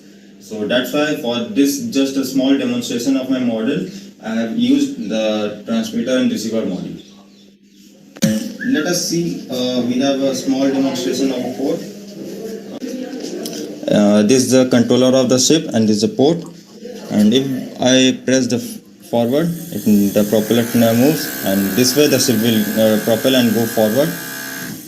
And when I press the backward button, it will turn in reverse direction. And for rudder, we have left, right, left, right. So this way the ship will be what we said, control from the port, and it will be crewless. So as it is crewless, so piracy, we know the danger of piracy. So here is the sensor. For that we have to make some arrangement. So let's connect it with our device. Yes, now we can see the distance coming in our port. Here we can see the distance of the sensor. This is actually the range in which the sensor is coming. And if I put my hand near the ship, then we can see the change in the distance. Here we can see the change in the distance. And when I bring my hand in a little far, the distance in here. So this way, from the port, we will get to know that if any object is coming near the ship or not. If any pirate ships come near the ship, we can see the change in the distance. And if it crosses the limit, or we can say if it comes too near to our ship, the pirate ship, then this pump will turn on automatically. So let's see its demonstration. So let's see, if I am bringing my hand closer to it, it starts sprinkling high pressure water, and then coming back, and again, the high pressure water.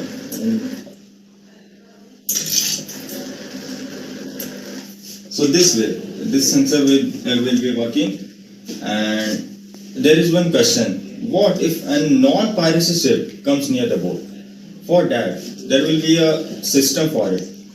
For bunkering, we know that the ship needs to come near our ship, and so for that, there will be a system. The ship has to take the permit from the company to come near the ship. If it gets the permit, and then at that moment of time, this sensor can be turned off. So the bunkering can be done, and after bunkering, the ship may return, and again the sensors can turn on. Same in the port. If the ship is near any port, then also we can turn off the sensor. But the most important question, what happens if a ship goes to a narrow tunnel? It can create a lot of disturbance.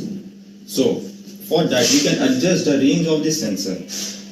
And this sensor and these water cannons will be attached each and every corner of the ship, from here, here, and all around the ship, so that nobody can come near from any direction. This will make the ship more safer. And the water cannon will using the seawater. As we know, the seawater is unlimited. We can use how much we can. So that's why we are using the seawater, and it will also not affect the marine life. So this way, the automatic ships or the normal ships can be also made anti-piracy. So this is how I will make the ships and free from pirates. And thank you.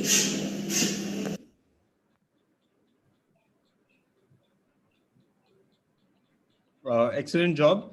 Bhavesh, could you please switch on your camera and your audio?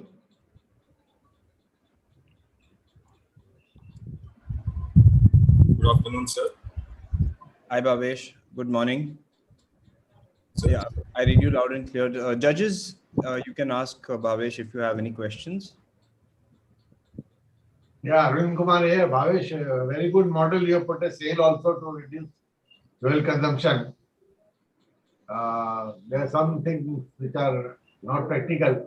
I was just thinking, in case of putting plain seawater, can you put hot seawater on the Pirates? So we can do that also, but if it doesn't harm the marine life, so we can do that. So for that, we need a permission from the IMO. We can also sprinkle hot water, but I have used only seawater because it not to harm the aquatic life. That's why. Okay, okay, very good. Nice model. Concept is also okay, and presentation was very good. Thank you very much. Thank you, All sir. from my side.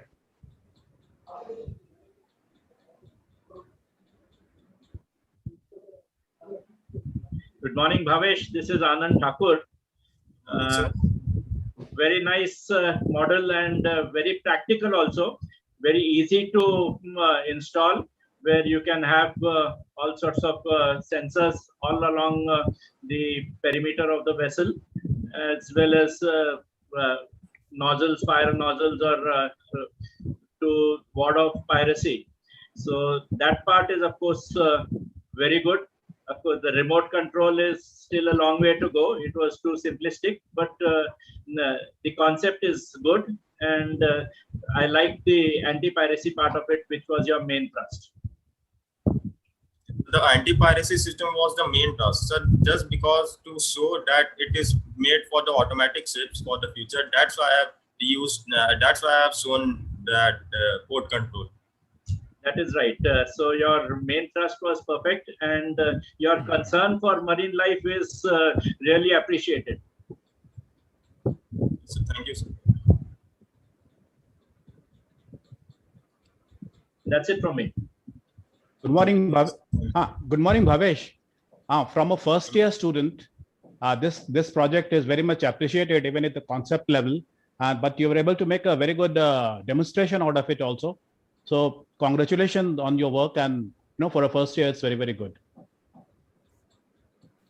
Thank you, sir. All right, thank you. Any more questions from the judges? No, I am done with. Thank you. Perfect. So this was the fifth of our models and the last one. I'm sure all of you really appreciated the models. Can we have a round of applause through the reactions or through the chat box for all the participants? They've done a great job, and they're going to leave the judges scratching their heads to figure out who would be, who's going to be our winner for today. Thank you very much, judges, as well. Thank you for your time. I would now like to take this opportunity to introduce our guest speaker, Dr. Sanjay Tarole. Dr. Tarole received his BE degree in Electrical Engineering from the Government College of Engineering, Amravati, his ME degree in Aerospace Engineering from the Indian Institute of Science, Bangalore, and his PhD in Control Engineering from IIT Mumbai.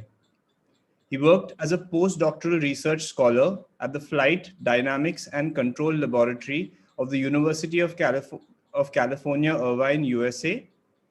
In 1989, he joined the Defense Research and Development Organization, wherein he currently is Scientist G and Group Director of Systems and Control Group at the Research and Development Establishment, Pune.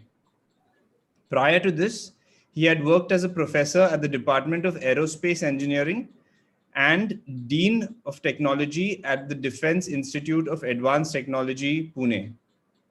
Dr. Tarore's research interests include non-linear control and robust control based on uncertainty and disturbance estimation, with applications in flight guidance and control, robotics, and control of marine vehicles. He has published over 120 papers in various international and national journals and conferences. He is the recipient of Laboratory Scientist of the Year Award in 2002 and the DIAT Researcher of the Year Award in 2007. Not just that, in 2009, he was honored with the DRDO Scientist of the Year Award. The award was presented to him by Honorable Prime Minister Dr. Manmohan Singh. Dr. Tarore is a fellow of the Institution of Engineers, India, the Aeronautical Society of India, and the Institution of Electronics and Telecommunication Engineers of India, as well as a member of the Astronautical Society of India. It's a great privilege to have you here with us today, sir. I now call upon Dr. Sanjay Tarole to deliver a technical talk on disturbances estimation and rejection-based control of marine vessels. Good morning, and thank you, Captain Kevin, for introducing me. It's an honor to be part of this event. I will not take more time. I will directly go to my talk, and I hope I can contribute something in the control of. I will request, can you allow me to share the screen so that I can show my slides? So you should be able to do so now. Yeah.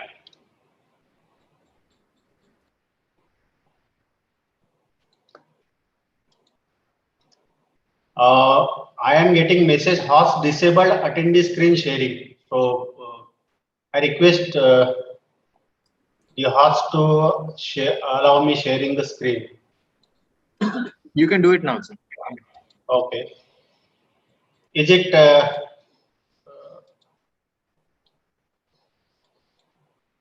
visible slides? Not yet, sir. Not yet. Okay.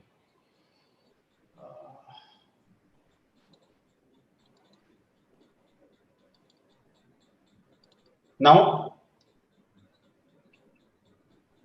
No, sir. I can't. I can't see your screen yet.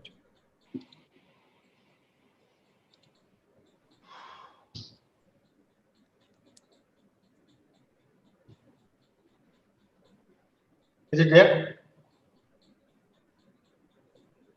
Negative. Okay.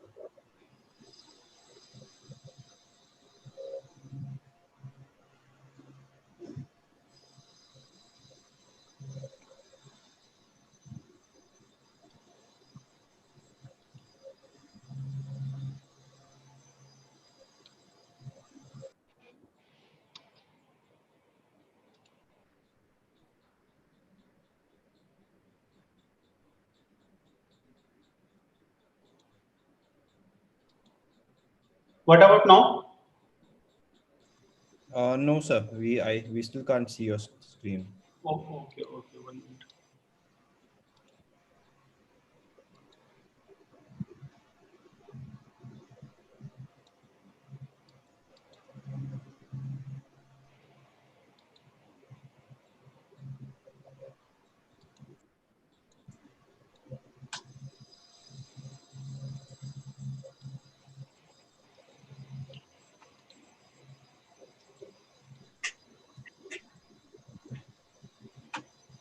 Solve the problem. Sir, is it open on your screen? Yeah, it is open on my screen. Okay, sir. Then you just go to share screen. That green button you'll see at the bottom. Right. Yeah, you press share screen and then you go to the presentation. Yeah, it has 3 options: entire screen, window, and Chrome tab. Actually, what is happening? The share button is disabled here. Entire screen.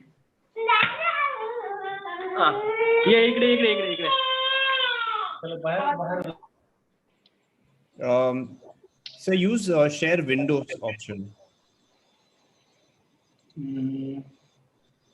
Window. So if the share option is yeah, I can no.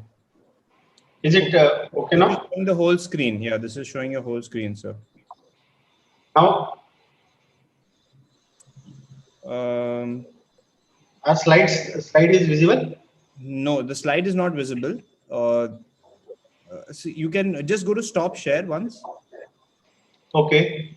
Now go to share screen again and let me know what options you see. I have 3 options: entire screen, window, and Chrome tab.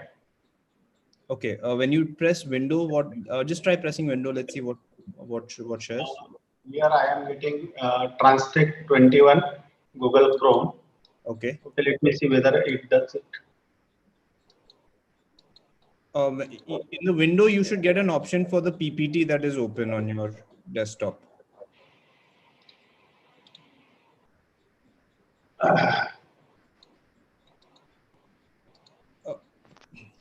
Windows, no, that option is not visible here. Sir, otherwise he can email us and then you can, from our team can play the PPT. That also I can do that. Should I email? Yes, sir. Please email it.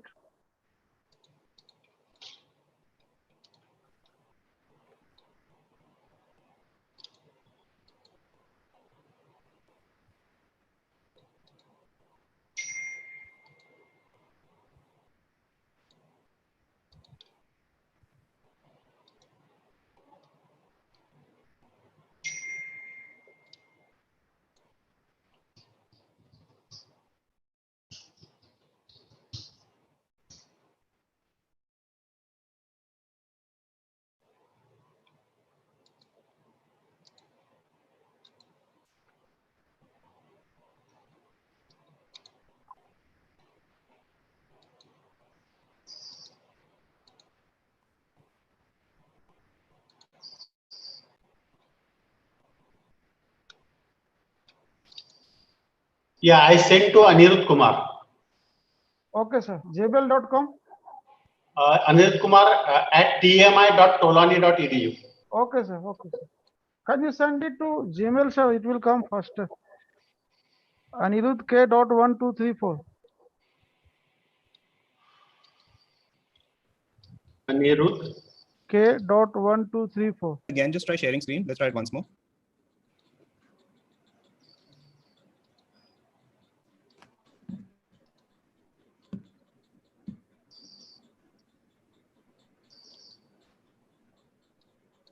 Yeah, I sent on Gmail also. Okay, what is that? So in the meantime, could you just try sharing screen once more? Yeah, yeah. And I'm going to, see if I can guide you. Yeah. Should I open the slides also?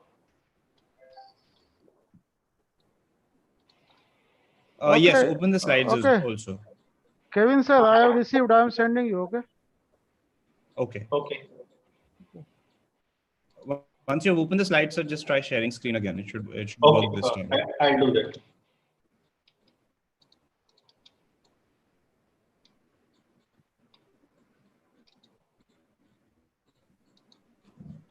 So I am going to share screen. Yes. Now I have three options: entire screen, window, and Chrome tab.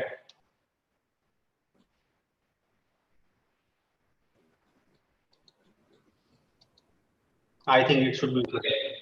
Is it okay now? Yes, it is visible, sir. Yeah. Perfect. Yeah. So yes, I will operate it now. Are the slides visible? Yes, sir, it is visible. Okay. Perfect. All. Okay. So sorry for this hiccup. Next half an hour. I hope I am audible also. Yes, sir, loud and clear. Yes, sir, loud and clear.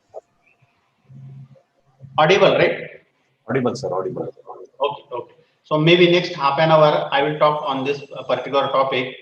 Actually, it's application of control theory for controlling the ship course of a marine vessel. This is actually a research work done by one of my PhD student, who is a naval officer. So let me start a little bit about control engineering. Some of the students might be familiar with this area of control engineering, or they might be studying in their curricula. Feedback control is a known terminology. Feedback control systems are present everywhere. The earliest feedback control system to which we are familiar is the James Watt governor, where the speed is controlled through a mechanical feedback by fly-by governor. Another example I can cite is, yes. Another example I can cite is about the guidance of missile, which is a perfectly a feedback or closed loop system.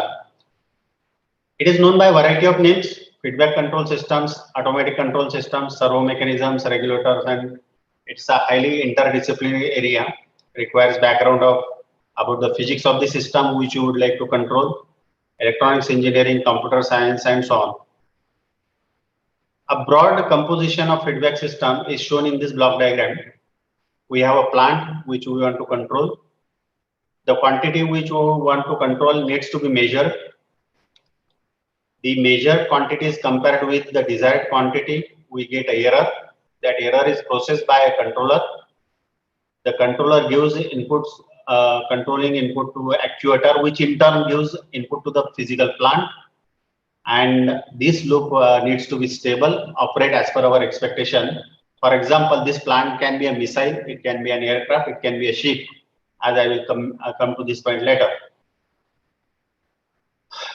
The feedback control, this has become a branch to reckon with because of a variety of reasons. But there are two important facets of control engineering. I must introduce them. That is, first is the stability. Feedback has ability to change the stability of a dynamical system. In simple words, it has ability to convert an unstable system into a stable system, and it has ability to change the behavior of the plant. And that's why the control engineering has become very important branch in our engineering systems. A simple example, this vertical, what we call inverted pendulum, this imitates the physics of something like ICBM class of missiles or those kind of systems. You can see that this is like a stick, vertical stick, and we want it to move straight in upward direction. That won't be possible without use of feedback. Stabilizing unstable system is one of the most important characteristic of feedback control. This is a typical requirements of control engineering, control system design. We need to ensure stability. The feedback system or the closed loop system must give the desired performance, and this feedback system should offer desired robustness. Robustness means if the system parameters or plant parameters change, which happens for ship, for example, the performance of control system should not degrade. There are a variety of ways. Almost all practical systems are affected by disturbances, external disturbances and uncertainties. To give example of ship, it is affected by wind currents, ocean currents, and loading conditions, and so on. They are sort of uncertainty or external disturbances. We have methods to deal with this kind of uncertainty disturbances in the plant. These are some of the methods which I have mentioned here: high loop gain, integral control action, and robust control design. And the fourth one, which is the topic of my talk today, is disturbance estimation and compensation based controls. This will be a little bit mathematical, but I will scan it little fast. The high gain control, this is an example how we employ high gain control to reduce the effect of disturbance. This first order dynamics, nonlinear differential equation. Objective is output to track the desired output y star. I design the control law in this manner. The error between desired output and actual output is given here as E. And if you look at the closed loop dynamics, is E dot plus KE is equal to minus D, where D is the disturbance acting on the system. And if you apply the final value theorem, you will find that the error at infinity is equal to minus 1 upon K. What it basically means that if I increase the value of K, the error reduces.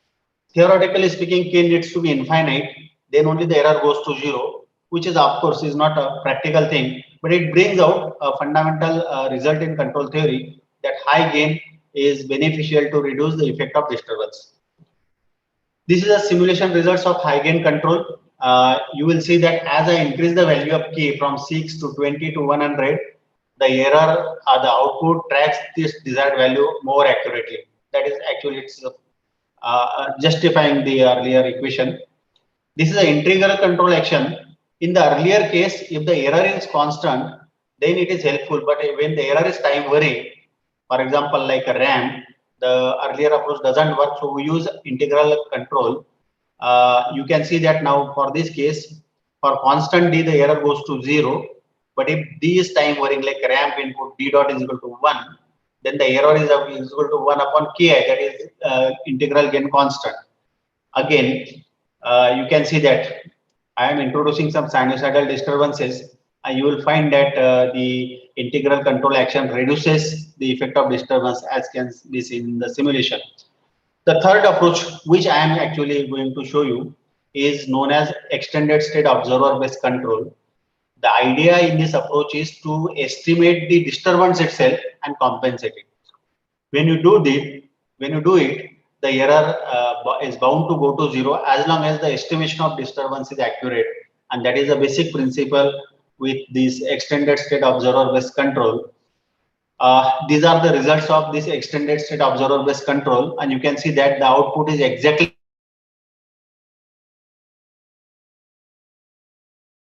tracking the desired value which is expected. That the extended state observer based control offers you the best result. The reason is, in this case, we are actually estimating the effects of disturbances acting on the plant and compensating them in an active manner. And this area is known as active disturbance rejection control. So in this lecture, I'm going to talk about this particular area. This is the generic block diagram of disturbance estimation and rejection. I will not go in great detail. This is a classical feedback control loop. But let us go to directly the techniques available for disturbance estimation and their rejection. We have a variety of techniques. These are all mathematical areas: unknown input observer, equivalent input disturbance method, disturbance observer, perturbation observer, time delay control, UDE, predictive filtering, sliding mode state and perturbation observer, and the extended state observer. These are all mathematical approaches by which we are in position to estimate the effects of disturbances. Once we are in position to estimate the disturbance, we are in position to cancel their effect, and that is the what I can say, the idea behind this disturbance estimation based approaches. So briefly, I will introduce the extended state observer. The extended state observer estimates the effect of uncertainties and disturbances along with the states. Those of you who are familiar with modern control theory, you know that we need to estimate the states of the plant as well. And this observer does both jobs together. It estimates the effect of disturbances and also the states.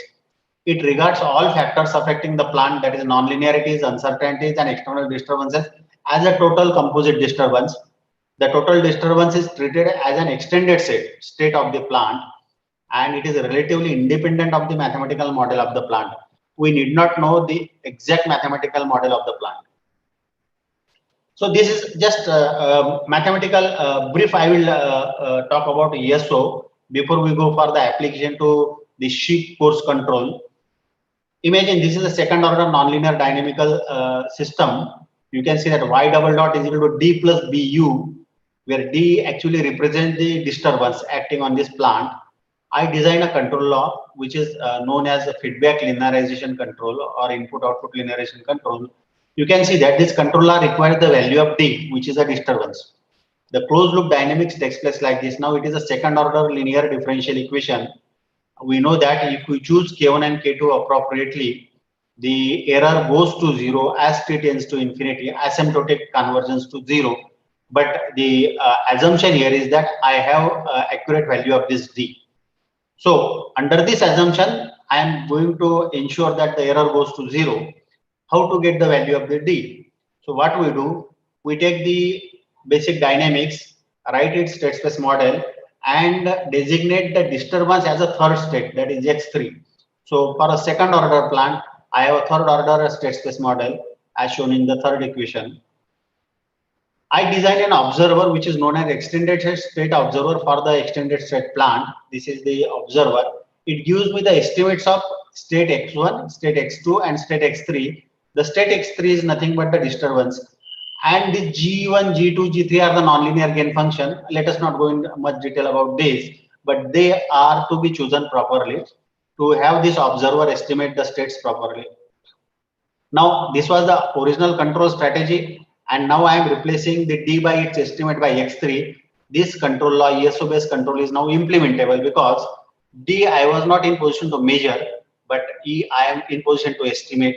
That estimate has been replaced by the actual value, and this becomes a ESO based control which is now implementable. There are various versions of ESOs, linear and nonlinear ESO. again, I will not go in these details. So coming to the today's point, ship autopilot design, we have applied the extended state observer based control philosophy to control the ship course, that is the yaw angle of the ship. As we know, autopilot based control is one of the most prominent aspects used on board marine vessels. We are also aware that by and large it was done earlier by pure mechanical or manual mode, but today it is done on microprocessor based control. Many advantages are there for this automatic control approach: reduced manpower, higher reliability, optimum performance, comfort to the crew, adequate economy in the form of reducing journey time, especially in bad weather conditions. Manual efforts are reduced and more accurate functioning. Ship, as we know, by virtue of being at sea, is inherently always under the influence of various environmental disturbances caused by wind, tides, waves, underwater sea currents, and change of depth under keel, varying over a wide range of depending upon the location on Earth and climatic conditions. What it basically means that the dynamics of ship is affected by external disturbances, and it is also affected by ship sailing orders such as trim, loading, ballast, and speed, etc. The nutshell essence of all this is the ship dynamics is under the influence of external disturbances on one hand, and its dynamics is uncertain. The parameters are uncertain as far as its dynamics is concerned. Now, if you see that marine vessel literature, the yaw dynamics of ship is typically modeled by a first order differential equation, which is famously known as Nomoto model, first order Nomoto model. There are second order and third order models as well, but here I am presenting the first order Nomoto model. In terms of the first equation is actually the relationship between the yaw rate as output and the rudder deflection as input. It's a first order differential equation. When I write that in terms of yaw angle as output and rudder deflection as input, it becomes a second order differential equation. In the transfer function form is this differential equation form is given the third equation, where the psi is the yaw angle, r is the yaw rate, delta is the rudder deflection, and t is the effective yaw rate time constant, k represents the static yaw gain. These values of k and t are determined by the ship parameters. So this is actually the very basic model of ship for yaw control. The model is modified to include nonlinear steering condition wherein the heading angle rate psi dot term is replaced by nonlinear function yes psi.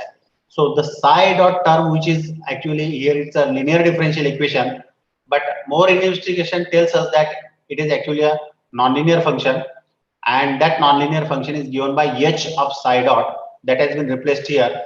Essentially, it has become a nonlinear dynamics now, or nonlinear differential equation. The third equation is the steering model for the rudder, which is given by first order dynamics. One of the challenges in control of marine vessels is the disturbances caused by waves on the vessel. The surface vessels are always under the effect of external environmental disturbances due to waves, wind, and underwater ocean currents. These disturbances broadly can be categorized as high frequency disturbances and low frequency disturbances, and there are approaches how to model these disturbances.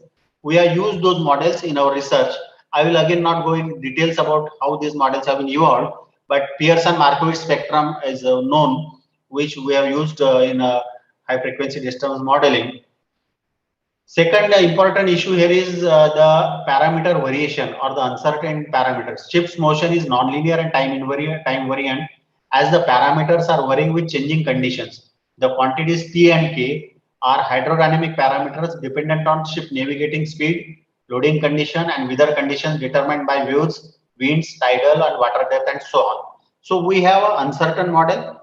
We have a model which is affected by external disturbances due to wind and ocean currents, and we need to control its attitude accurately, as accurately as possible. So this is now the control law design. This is the ship dynamics, which is a nonlinear second order differential equation. Psi is the yaw angle, which is the output, and delta C is the rudder commanded rudder deflection. This controller is known as input-output linearization controller, which we have designed, where the nu is given by the third outer loop control. So we need to replace nu here, and this results into output tracking error dynamics as a second order linear differential equation, implying that the error goes to zero asymptotically. The input-output linearization is one of the most prominent approaches in nonlinear control system. Here, we are defining the total disturbance now in terms of the d dash. So this first equation I am writing in terms of known quantities A10 psi plus A20 psi dot plus B0 u, where A10, A20 and B0 are the best known estimates with me, and D is the remaining part, that is unknowns and external disturbances. Then I design the IOL controller, and now the ESO based controller takes form where D is replaced by its estimate, that is X3 cap.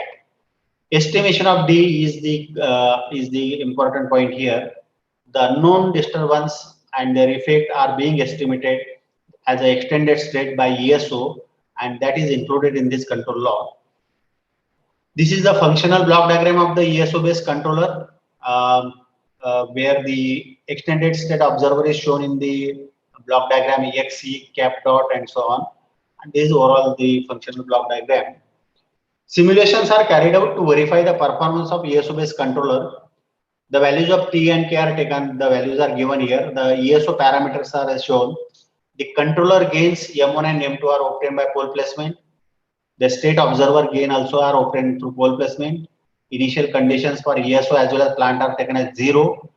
And we have considered a step reference of AI angle over 10 degrees. That is, we want the ship to track 10 degrees of reference, and the actual uncertainty is given by this quantity. These are the simulation results. In these results, these are without any uncertainty disturbance. That is, everything is known perfectly to us, and you can see that the ship angle, your angle is perfectly tracking 10 without any undershoots and overshoots. This is the yaw rate. This is the estimate of disturbance. Since disturbance is 0, you can see that it is 0, and this is the rudder deflection angle. Now we are introducing uncertainty and disturbances and even measurement noise, and you can see that 10 degrees is the reference yaw angle, and this is what is the ESO is making the ship to track this reference yaw angle. Notwithstanding the uncertainty disturbances what we introduced, the ship yaw attitude is perfectly tracked. This is the yaw rate. The third figure is actually the disturbance and its estimate. You can see that the mathematical estimation of disturbances and its actual value, they are reasonably matching with each other. And the last graph, fourth graph, is the rudder deflection, which ensures that the ship yaw attitude is tracking its reference value. That shows the effectiveness of this controller design. We have compared the performance of this controller with some well-known existing controllers. Again, I will not go in great details, but the controllers with whom we have used this comparison are the IOL controller, the Lyapunov-based controller, and the PID controller. And for valid comparison, the plant data is taken the same in simulation of all the controller. So these are the mathematics behind each one of those controller. I will skip them. The first one is IOL controller, the second one is Lyapunov-based controller, and third one is PID controller. And these are the comparative results. You can see that the thick graph is of ESO, and the remaining graphs pertain to the other control strategies. And you can see that the ESO offers the best performance in terms of yaw angle tracking. These are the corresponding rudder deflections.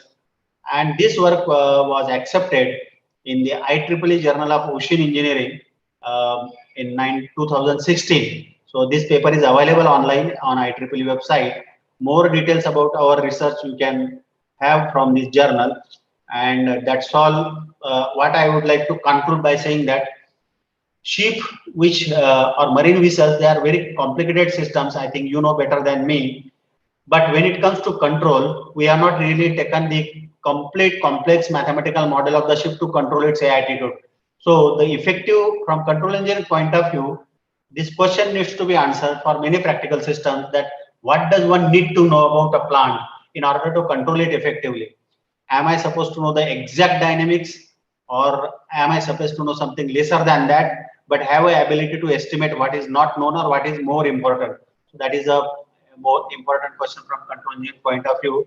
And with this, I think I will conclude my talk. If there are any questions, I will be happy to answer them.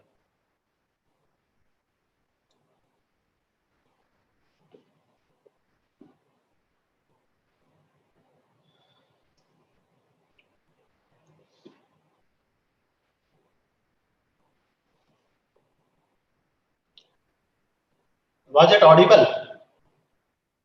Your mic is mute actually, Captain Indran.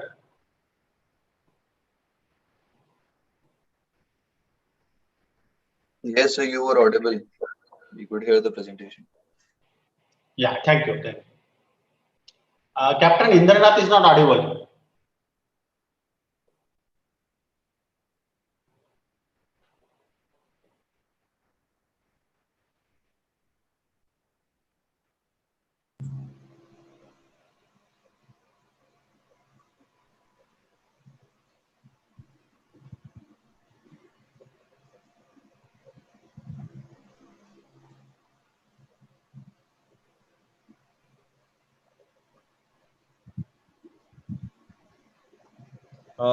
Thank you, sir, for an excellent presentation.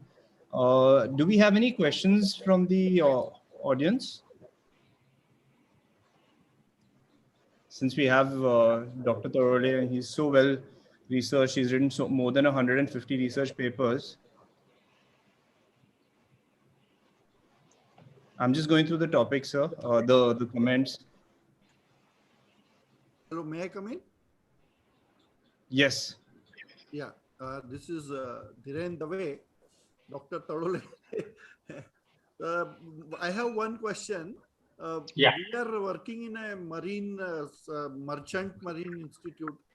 Probably the work you have done is on military ship, if I'm not wrong. So what will be the difference between the control strategies for a merchant marine ship and a military ship, where I know definitely the requirements will be totally different, control requirements? Well, actually, from performance point of view, the ships, what you have mentioned, they are bound to differ from each other because the goals are different there. But when it comes to control, I look at them, the bodies which are moving through water, sea, and which are going to get affected by a similar physical phenomena. So the effects of wind, ocean currents, and all those tidal part, that physics of those happenings, they are not going to change irrespective. Like it is very similar. Your question is similar to how a control of an aircraft, fighter aircraft, would be different from a civilian aircraft, for example. So basically, the physics of the disturbances or the physics of the plant, that won't change. And therefore, the control philosophy is, yes, the performance of the controller required from those ships or from those aircraft, that will definitely be different because the objectives of those systems are different. Okay, thank you very much. Okay, thank you, sir. Thank you very much for your time. I now call upon our principal, Captain Krishnamurthy Iyer, to please welcome our chief guest.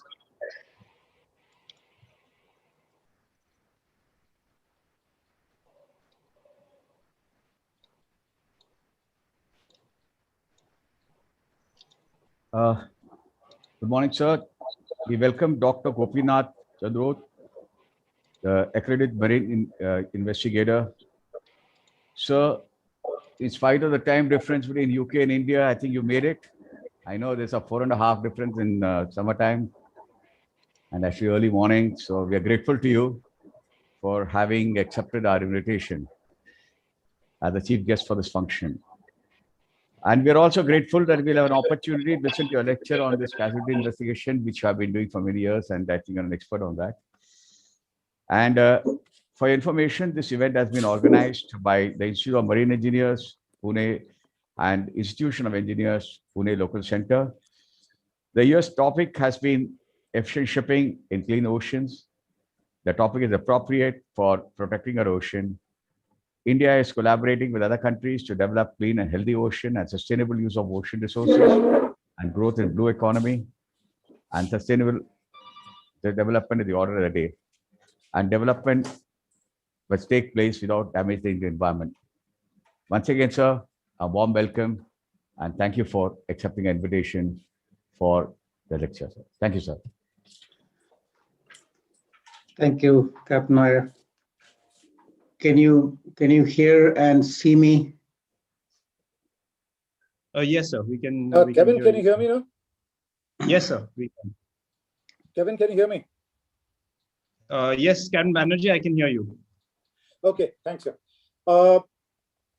Thank you very much, Dr. Chandroth. Just allow me a little leeway, let's say, to introduce you to all my cadets over here.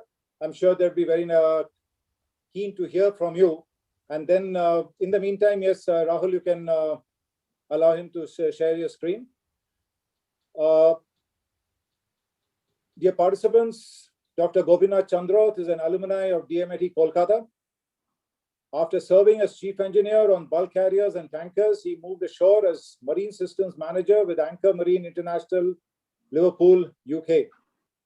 He obtained his master's in software systems and subsequently his doctorate in machinery reliability and artificial intelligence, both from the University of Sheffield. From 1999 to 2005, he was the manager integrated condition monitoring service with Lloyd's Register of London. He then joined the prestigious CTech UK Limited, a part of V Group, who specialized in new buildings, inspection, repairs and maintenance, and condition monitoring. It was in fact Sir who set up the condition monitoring department when he joined them as a director. For the past 15 years, Dr. Chandroth, who's a fellow of the Institute of Marine Engineering, Science and Technology, is wearing two hats. On one side, he is a reputed independent advisor in condition monitoring and artificial intelligence with a clientele of distinguished organizations such as CTech, Condor Ferries, World Maritime University, and the Marine Learning Alliance. On the other hand, he is an accredited marine accident investigator with the Marine Accident Investigation Branch UK, popularly known as MAIB.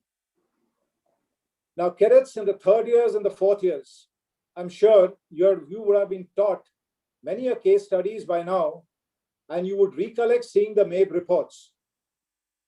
Now, both you and I know that these reports are very meticulous and detailed. But what you may not know is the fact that Dr. Chandroth has authored nearly 25 of these MAIB investigation reports. So do listen in carefully and learn from his address. He specializes in machinery failures and causes. He has designed and developed an accident analysis software tool. He has represented the UK MAIB at the European Maritime Safety Association and the International Maritime Organization. He is convinced that artificial intelligence, if applied sensibly, can be an excellent tool to improve safety, a theme of this webinar touched upon on day one. Sir, your presence not only adds an international flavor to this technical festival, but more importantly, I'm sure your words will leave a deep imprint in the minds of our young cadets. So ladies and gentlemen, boys and girls, please flood the chat box to welcome Dr. Gopinath Chandroth as I now request him to present his eagerly awaited address on marine accident investigation. So the floor is all yours now. Thank you, Captain Banerjee. I will share my screen.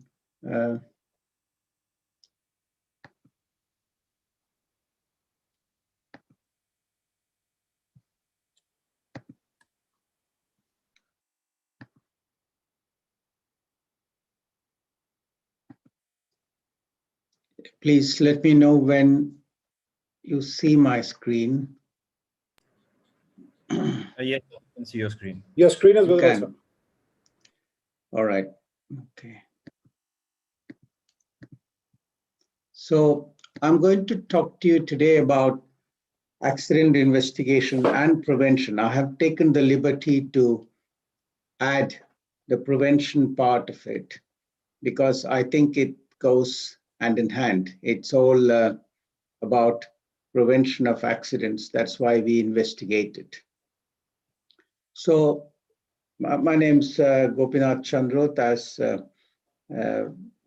Captain Banerjee and Captain Iyer introduced me. And I'm grateful to you, sirs, for having invited me to this conference. And I hope that I can add some value to your students and to the others who are listening to the talk. I'm talking on the assumption that the majority of the audience are students. Sorry, say again. Okay. No, sir, it was some disturbance. Yeah. So I'm talking here today in my private capacity. I'm not, the views I express are not those, I don't profess them to be those of my organization. But I'll talk to you about the investigations that I've carried out and the predictive maintenance work that I've done. So this is something which resonates with me and should with you students who are embarking on your career. So what it says is that you must enjoy what you're doing. And if you don't, then it's time to look for something else. I know you can't choose at the beginning of your career, but as you go through life, you will be presented with many choices. And if you make the choices in sympathy with your own convictions in life, you'll do all right. Otherwise, you will be frustrated in your career. So this is a very important quote taken from Khalil Gibran. So your journey as you embark on a career, as I said, one has to be in resonance with one's own convictions in life. In my own life, I felt that everything is relative. Everything changes. The world has changed in front of our eyes in the last year or so. But there are certain things which remain constant. And to me, those are the degradation of human beings, suffering, animals, environment, and the planet as such. And what you do to improve that in however small way you can, that's where you should be focused, because at the end of the day, we are all in this together. That's the message for you as you embark on your career, and I won't.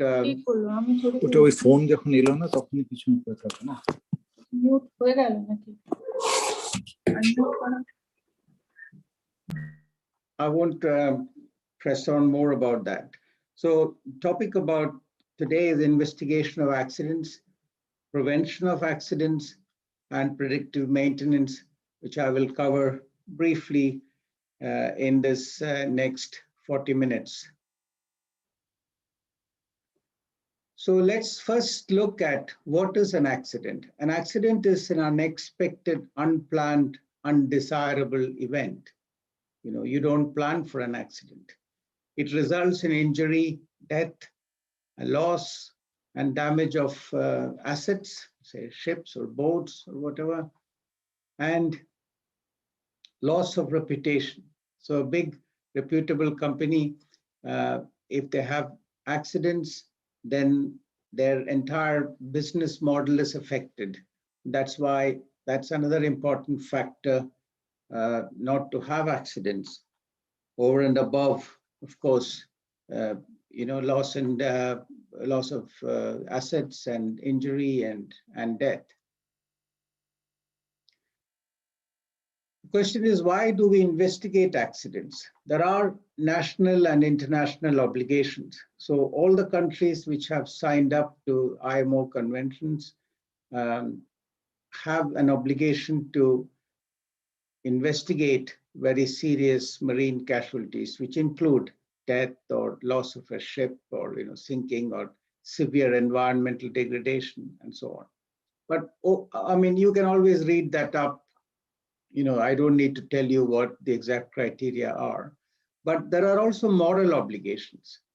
So as a seafarer, when you start your career and as you progress through it, you have a moral obligation to your colleagues, to others who work with you, and to the industry. So if you can identify lessons, albeit after the event, after the accident, and you can change the system in such a way that these accidents have less probability of occurring again, then you have done a great deal towards improving safety at sea. And that's why, as I said earlier, this area of work really resonates with me. So what is the process? First of all, you have to be notified. If you're not told about an accident, you can't investigate it. When you're notified, you have to prepare. So what is the accident that's happened? Was it a collision or grounding, or is it an injury to person, or is it a machinery failure? Accordingly, you have to prepare. You can't take the entire kit with you. You have to be selective about what you take. You have to think about what you take. If it's machinery failure, you have to think about what sort of metallurgical analysis you may be doing later on, and think in advance what sort of evidence you may collect, what sort of preservatives you need to take with you. There are a lot of things to think about. And in a mature accident investigation organization, all these will be outlined for you, and you will have lists in your files to prepare. Then you deploy. You actually go to the site. And while you're on site, there might be many organizations already present there. If it's a very serious marine casualty, there will be almost definitely, there will be, at least in the UK and the rest of Europe, there will be police attending, because they're looking for any sort of criminal violations, whereas accident investigators like us are looking purely at safety. We are not looking at pointing fingers at anyone. So then there is Coast Guard, who's looking at different regulatory compliance and so on. There are insurance entities who are looking to protect their owners' interests. So there are lots of different people with different agenda.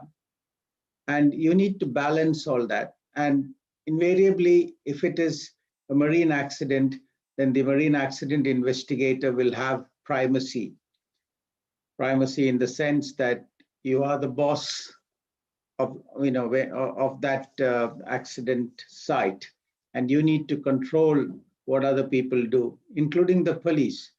The police are, they are everywhere. They have a much stronger network, but when we arrive on the scene, we let them know that we have primacy over this, and we will tell you exactly how to proceed.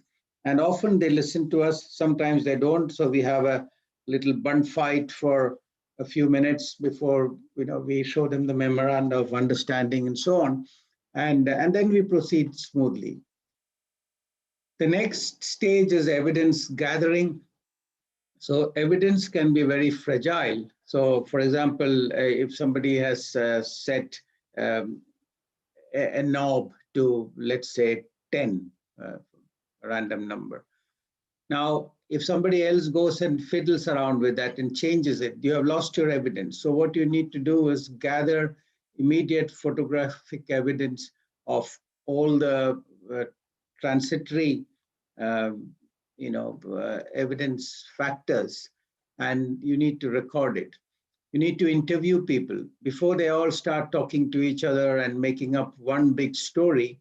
You need to interview, you need to get the fresh account from different people. And if you talk to 5 different people about the same thing, you will get a very good idea of what may have happened. And this is something where my Indian upbringing has really helped me, because we have the habit of asking 5 different people the same question and choosing the majority answer. So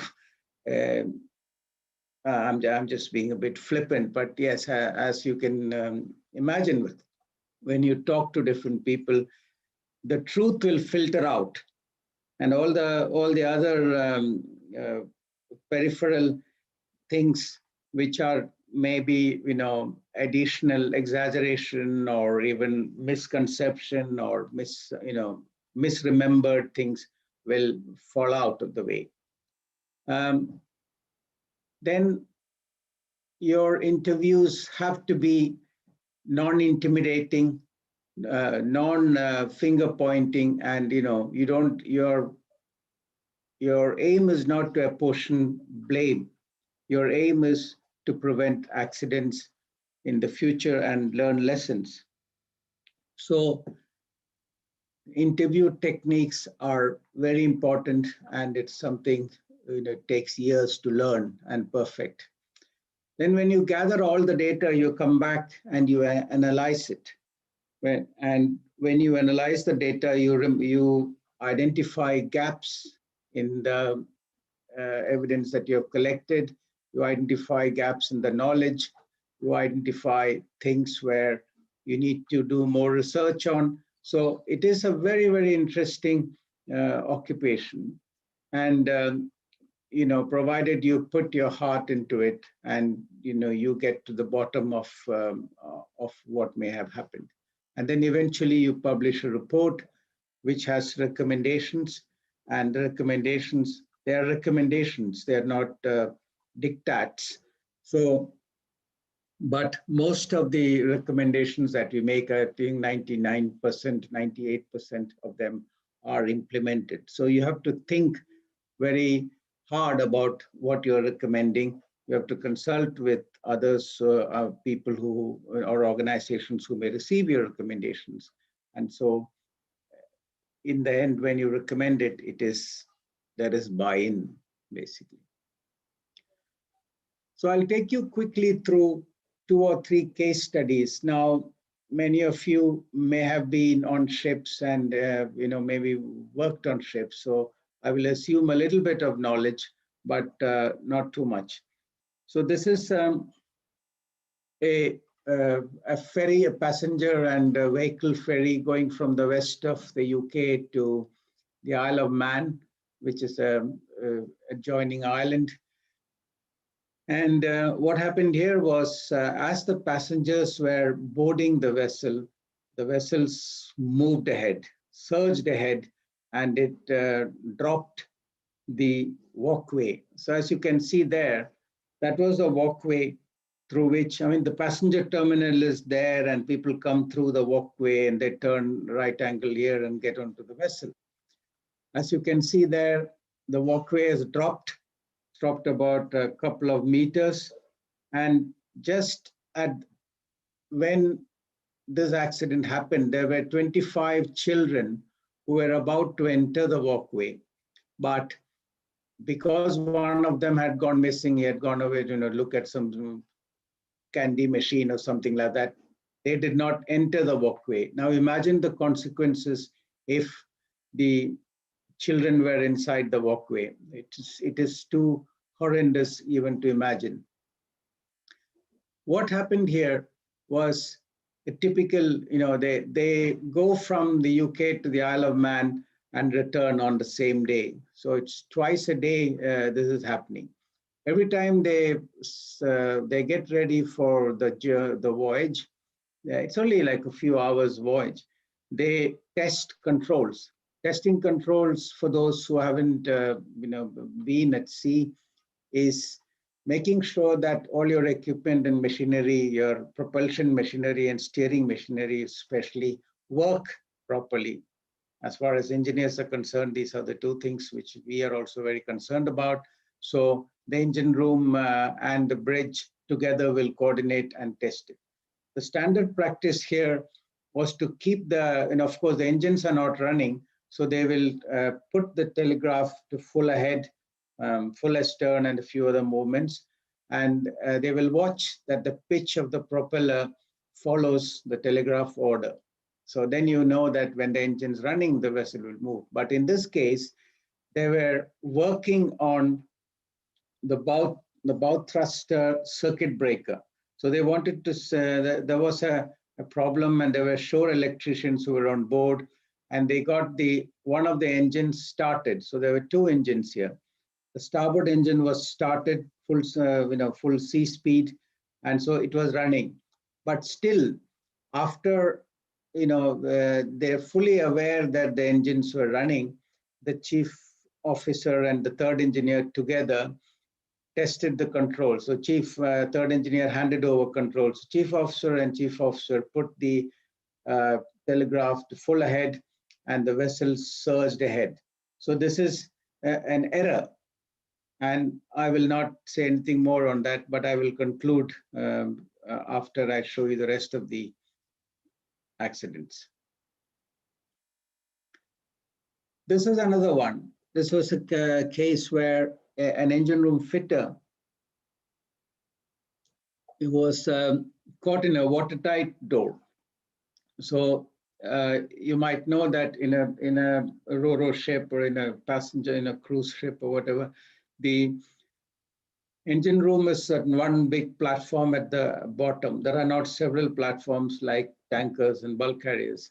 So the damage stability is poor it doesn't exist if you don't have watertight doors. So you divide the compartment into many sections, and the watertight doors are meant for that. You're not supposed to keep them open at sea, but people keep them open, and I will show you how we know. What happened here was there was a surveyor on board who joined in Belgium, somewhere in Europe, and she was it's requirement of the EU that ro-ro ships and vehicle and passenger ferries should be surveyed while they are sailing. So this was a surprise survey, and what the captain did was he changed the watertight door to automatic. You're not supposed to have it in automatic unless there is a deliberate inspection of the automatic function. It's supposed to be in manual. The difference in manual and automatic is that when you open the door, there is a handle there. When you open it in manual, it opens and it remains in that position when you let go the handle. In automatic, as soon as you let go the handle, it will close. So the fitter in this case, although they were informed that they're changing it to automatic mode, during the course of the day, he passed through the door and he opened the door partly, tried to step through it, let go the handle, and the door closed. So they found later on, we found later on that the door was closing at 3 times its normal closing rate, what it's supposed to close. And we also found, then the fitter was caught there, and he was caught there for about 3 minutes. And he was very lucky to have been spotted by somebody else who came and released him. Otherwise, that would have been the end of him. And I went to interview him in Croatia, and he was he was completely traumatized. He could not even remember that morning's episode.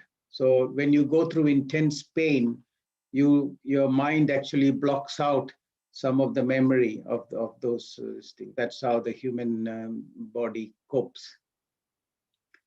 But in this case, just an interesting one, we looked at the VDR and the voyage data recorder. And we found that several times they were keeping the doors open. So you can see all these green ones are closed, but the red ones are open. And that was a time when the fitter was trapped, 11:26 or something, and then 3 minutes later, he was released. So this is a very good tool for us to understand what exactly was happening, because you look at sailing times, you had lots and lots of doors kept open at sea. I'll come to the third case study, which was a catastrophic engine failure. And this is after the explosion, of course. And this happened on another Ro-Ro ferry. So I've got all Ro-Ro ferries today for you. But this was the chief engineer who was severely injured, traumatized, and could not come back to sea after this. So in this case, you had everything, connecting rod, gudgeon pin, everything coming out of this crankcase. You can see the hole there. And you see the cylinder pin is completely destroyed. And the reason for this is that bearing shell there, you can see it's just about see that it turned. And it turned because there was a little bit of debris which came through. And as you know, the oil channel is, it comes through the main bearing journal and then passes through this and goes to the crank pins. So once that shell was turned, there was no oil. And within a few seconds, even before the oil pressure, but the oil pressure is not going to come down, it's just blocking that particular cylinder. But eventually the oil pressure alarm came because everything was broken. But you see here, this is the closed circuit television camera footage of the accident. And you can just about see the chief engineer within that ball of fire. And, I don't need to say anything more about his injuries. It was quite severe. And the recommendation we made in this case was, again, a predictive maintenance recommendation. Just consider offering wear particle detection technology for engines that cannot be easily serviced on board. So this was the finding was that the debris which was introduced during the overall process, and that's how this accident happened. So now I've talked about 2 or 3 different things and different accidents, and you must have heard a lot about human error and 80%, 90% people give whatever percentage they feel like, depending on what they had for breakfast that day. But that, to me, is a complete truism. It is like saying that you need air to breathe. Yes, human beings are everywhere. We are operators, we are designers, we are managers. The human element is involved in every chain of action, every piece of machinery. Everything is designed and developed and implemented and operated by human beings. So there's no point in blaming human beings. If you train the chief officer and the third engineer who did the control test, or you train the fitter not to go through the watertight door, perhaps they will not go through, but somebody else will go through. So what you have to do, and especially I'm looking at engineers amongst you, is you have to design out human error. Human model, we are all model 1. Model 2 human being has not been born. So we have to design human error out. And that's where we as engineers come in. So if you look at watertight door situation, as I explained, if you had a big red light saying that this watertight door is now in automatic mode and do not cross without permission or whatever, this accident would not have happened. Similarly, if you had a simple button which says control test, that could have checked that the engine's not running. And if the engine's not running, you can't do control test. So simple designs. Even in our office, there is a water tap where you have to use two fingers of your hand in order to get hot water out. Because if you just do it, if you don't have that sort of mechanism, you will burn your fingers. So there are many, many ways where human error can be designed out. And it is a complete fallacy to say that everything is caused by human error. That's nothing. It doesn't mean anything. So you might be hearing this for the first time because most people say that, oh, it's human error and that's what's causing accidents. That doesn't mean anything. Just remember that. So I'm going to talk to you briefly about my PhD work. Not to bore you with the maths or with the details, but just to give you a flavor for what was possible. This is back in 1999, 97 to 99. So it's a long time ago, but the principles are exactly the same. In fact, the tools like artificial neural nets and so on. Nowadays, you got Python libraries and tools. You can MATLAB and all sorts of tools you can download and use as black box. Whereas in those days, we had to program these. We had to make them ourselves using C and C++ and so on. So, you know, we understood what these things meant. And but basically, the experimental setup was a twin-cylinder diesel engine with you know, cylinder pressures and vibration measured, and then digitized through analog to digital cards, taken through a PC storage, pre-processed using a number of different techniques, and then trained neural net classifiers. So what we call today AI, in those days, there were several other systems of AIs, which have all sort of fallen by the wayside, and it's all neural nets and deep learning and all the rest of it. It's all based on neural networks. That's the look at the data, cylinder pressures, and as you can see where the peak pressures are, you can see the maximum vibration, because this graph is the vibration levels. And that's a look at the raw data in order to understand whether we can detect faults, because we had 4 different faults and 1 normal condition.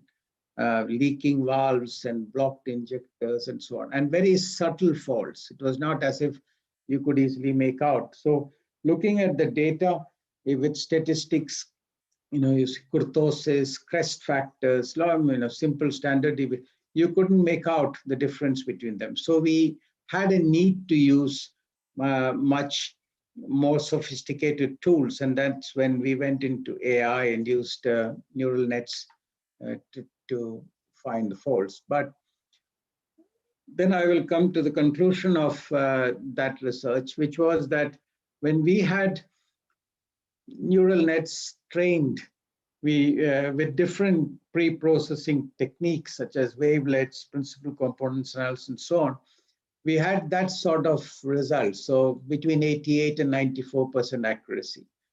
But when we combine them, combine different techniques, then we had a remarkable improvement in performance. So from 90% to sort of 98%. But the beauty of this was that when we looked at the failures across systems, and we combined the right types of systems, then we found that there was very little misclassification. So what does it mean in real life? In real life, it means that if you're getting an answer from the system, then it is almost impossible to get the wrong answer. It's either the right answer or it will be 2 or 3 wrong answers. When all the systems agree on the right output, then you have the right answer. So this is what they call confusion matrix. And I know the speed at which I'm going, you must be already ensnared in the confusion matrix, but this is what it is. You know, I can only give you a flavor. If you are interested, I can send you the entire thesis. And now we'll come to the last part of my presentation, which is predictive maintenance. And I'll just show you a flavor of what predictive maintenance is. So that was me in my 40s, looking at vibrations on a pump, seawater pump, and the tremendous vibration, couldn't make out where it was coming from. But when you lift the floor plates and look underneath, the entire stool was wasted away. So they could fix it almost straight away because the vessel was going into dry dock. This is a vibration frequency spectrum, And this is a classic example of parallel misalignment. So an alternator was slightly misaligned. It was giving a huge amount of vibration, about 18 millimeters per second vibration velocity. And you can see here the second order is the most predominant component, and that and combined with some other data, you can make out its misalignment. You can get a lot of information from analysis of oil. This is airborne ultrasonic sound measurement. So look at, you detect the discrepancies from machinery and the instrument. By a process of heterodyning, it converts the ultrasonic frequencies into audible frequencies. So you can actually hear the problem. It's very fascinating piece of equipment. Similarly, this was something else on an air compressor, and found making a lot of noise. And when you actually look at it, when you I asked them to open up the valve, and they found that the valve was not assembled properly. The nut was loose. So, the consequences of something happening if you don't detect things in time is eventually there will be an accident. So this is a very, very powerful technique to prevent that, and among other things. Engine performance, again, very unbalanced engine here. And so you know what to do with the engine. Instead of opening up all the cylinders, you could focus your attention, your resources on the things that need this maintenance. So I know it's been like a whirlwind tour of different topics. And so the main lesson from all this is that accidents can be predicted and prevented. And I will leave you with the last thought. That's my hero, and that's what I try to follow in life. Thank you very much. I hope it's added some value to you. Thank you very much, sir, for that excellent address. Tsunami, would you like to continue? Yes, sir. I'm in total agreement with Dr. Chandrod's words. After the several decades that humans have spent at sea, I think marine accident investigation is definitely something that deserves more exposure and attention. Because every time we hear about an accident at sea, we have two primary aims: to find out what caused the unfortunate turn of events, and the second important aim of ensuring that an accident of similar nature is never written into the fate of any other vessel ever. Therefore, I thank Dr. Gopinath Chandrod for educating us with his insightful words today. The aim of Transtech has always been to work as a platform for intelligent minds who intend to display their ideas of improving the standards of what technology can do for mankind. After almost 3 days of rigorous efforts put in by these participants, the vision that these participants possess is commendable. It is safe to say that the future of engineering is in good hands. At the end of the day, Transtech is a competition of showcasing why you and your presentation is one of the very best. As tough as it is to create a vision and display it to numerous people, it is important to honor these efforts with awards and prizes. Now I would request Captain Indranath Banerjee to host the valedictory function. Thank you, Tsunami. At the very outset, I would like to put on record the marvelous job done by the three cadets. The lady you saw just now, Cadet Tsunami Kotian, her co-host, Cadet Hitesh Ranglani, and the man behind the scenes preparing all the PowerPoint slides for the 3 days, Cadet Deepan Srivastava. Staying apart, they worked together as a team and proved that the final product was much higher than the sum of the products. They not only have put a lot of effort, but they have delivered in style too. So ladies and gentlemen, let's have a huge round of encouragement for these three cadets. Thank you very much, Tsunami, Hitesh, and Deepansh. So can we have more reactions coming in from the audience, from the attendees, please, for these cadets?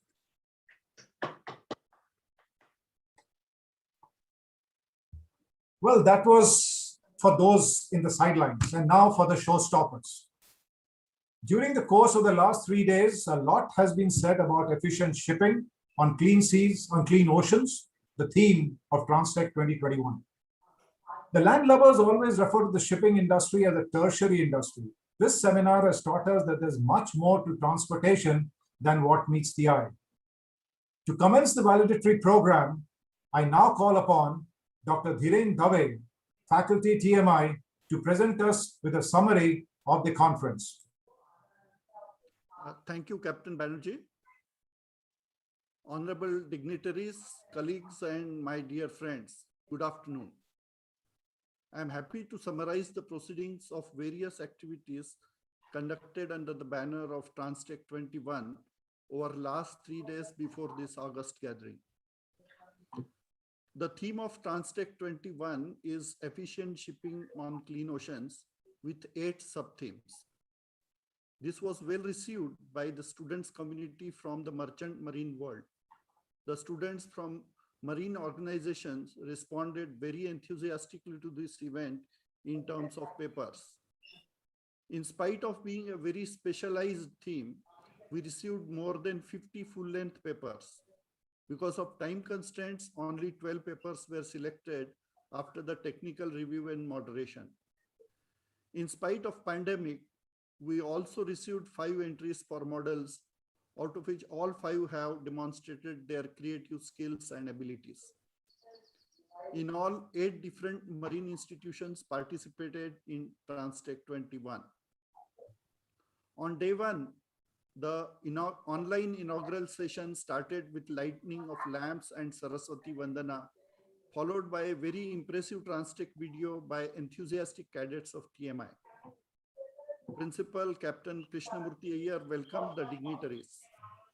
Mr. Anirudh Kumar, Organizing Secretary, presented the curtain raiser of the event.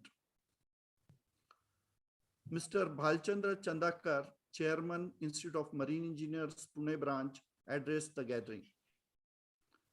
The chief guest and keynote speaker of the inaugural function, Dr. Ketan Kotecha, Director, Symbiosis Institute of Technology, Pune, delivered the keynote address. The topic of his speech was AI for All. In line with the title of his speech, he highlighted the vast diversity of applications of AI from education, healthcare, sports, entertainment, banking and finance, agriculture, and so many others. He also spoke about the AI, how AI is going to impact our life in future. The inaugural function was concluded with vote of thanks by Vice Principal Marine Engineering, Dr. Sanjit Kanungo. Following the inaugural functions, 4 technical papers were presented by various authors in technical session 1. On day 2, a very informative and eye-opener lecture was presented by Captain Gajanan Karanjikar, Head Coastal Shipping Sickle Logistics Limited, on blue economy. He explained about meaning and various aspects of blue economy. He brought forward the opportunities available in this new and upcoming area. He advised the faculty and students to indulge in activities like research, tool and model development, skill development, etc., aligning with the concept of blue economy. This was followed by technical sessions 2 and 3, wherein 8 technical papers were presented by cadets from various maritime institutions from across India. On day 3, that is today, the session started with a welcome speech by Principal TMI Captain Krishnamurti Iyer, followed by Transtech 21 video. This was followed by online exhibition of 5 models. The efforts of the cadets in demonstrating their creative skills was applauded by all.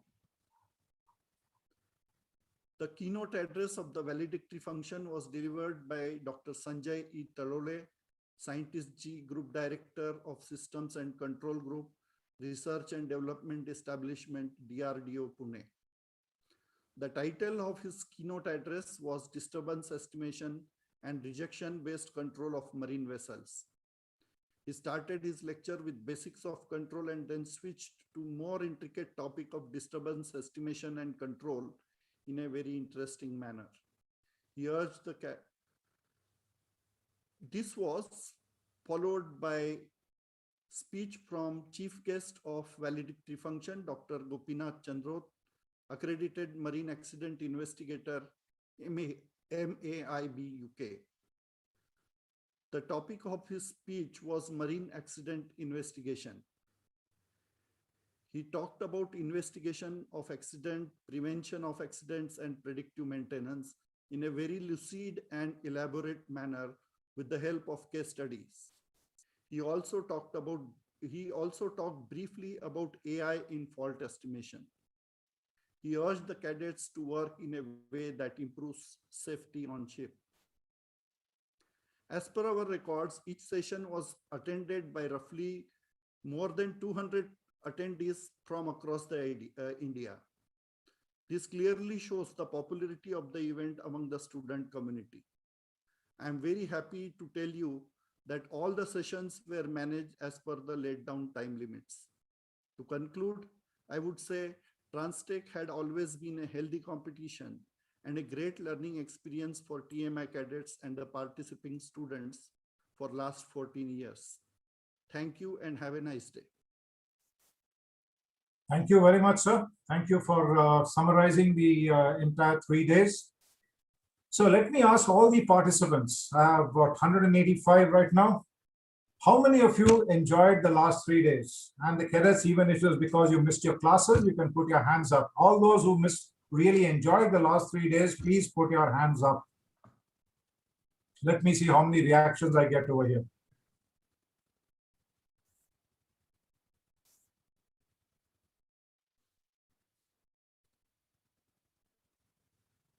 Okay.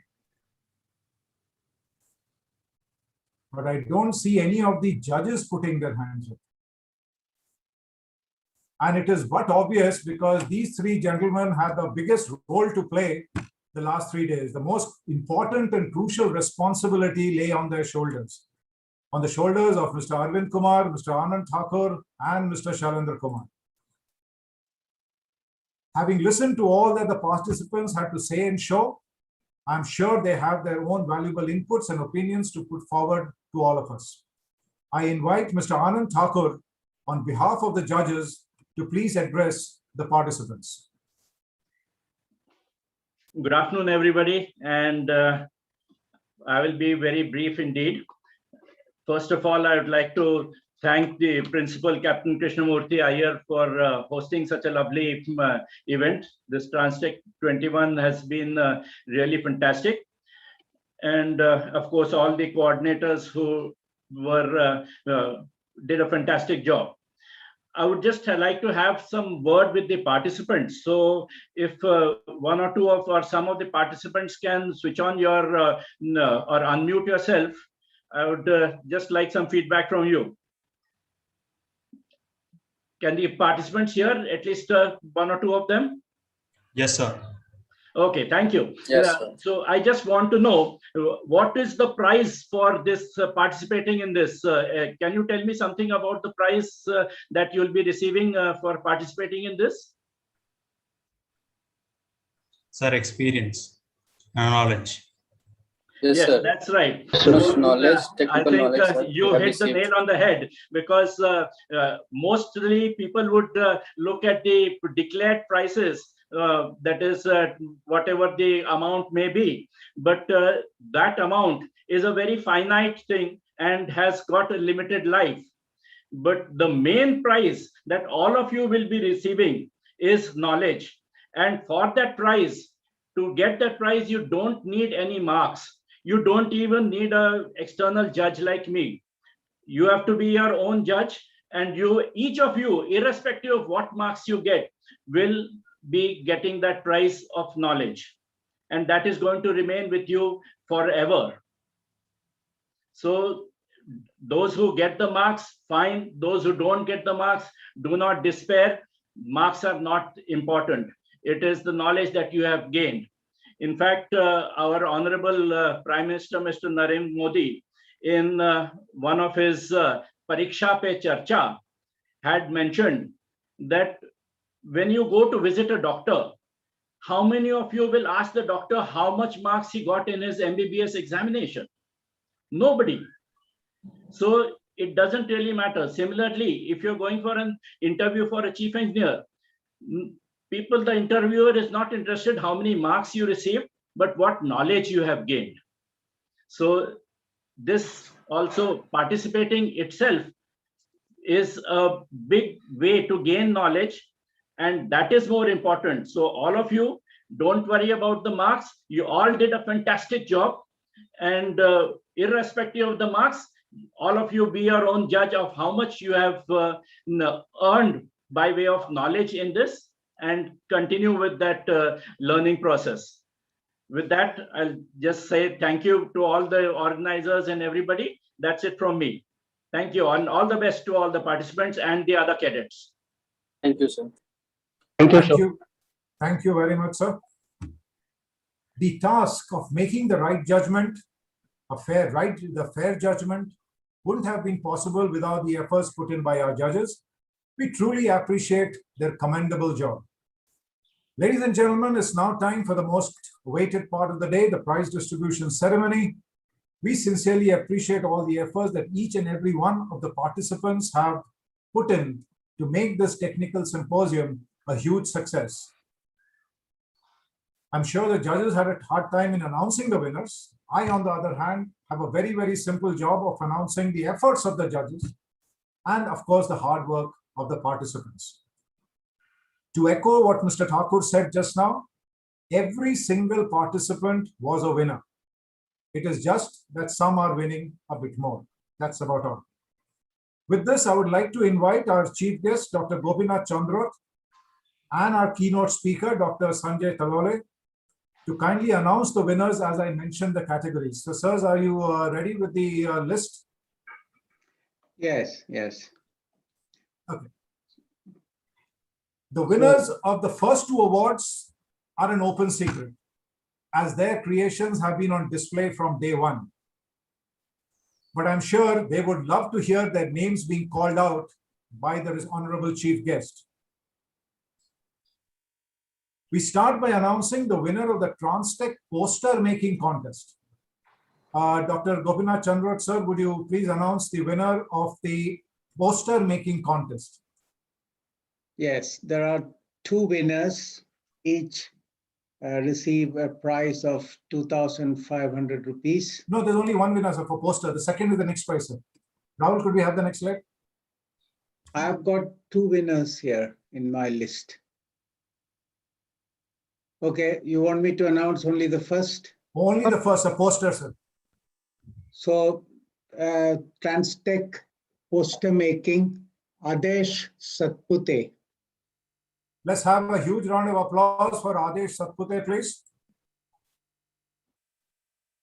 Adesh, would you like to say something? You can unmute yourself.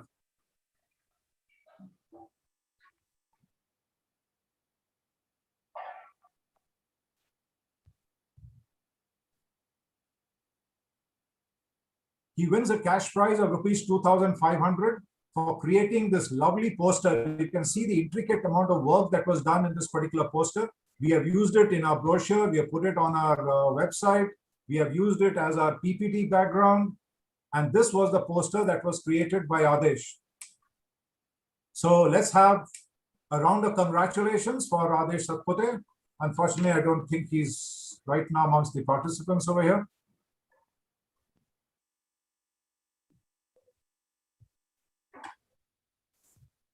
Okay. On all 3 days, the Transtech video was played. It had almost become like our anthem, and it was appreciated by all. I think, Gopinath sir, you had also seen that video on day one when you were joining over here today. Of course, we played it before you joined. So I request you to announce the name of the winner of the Transtech video making contest.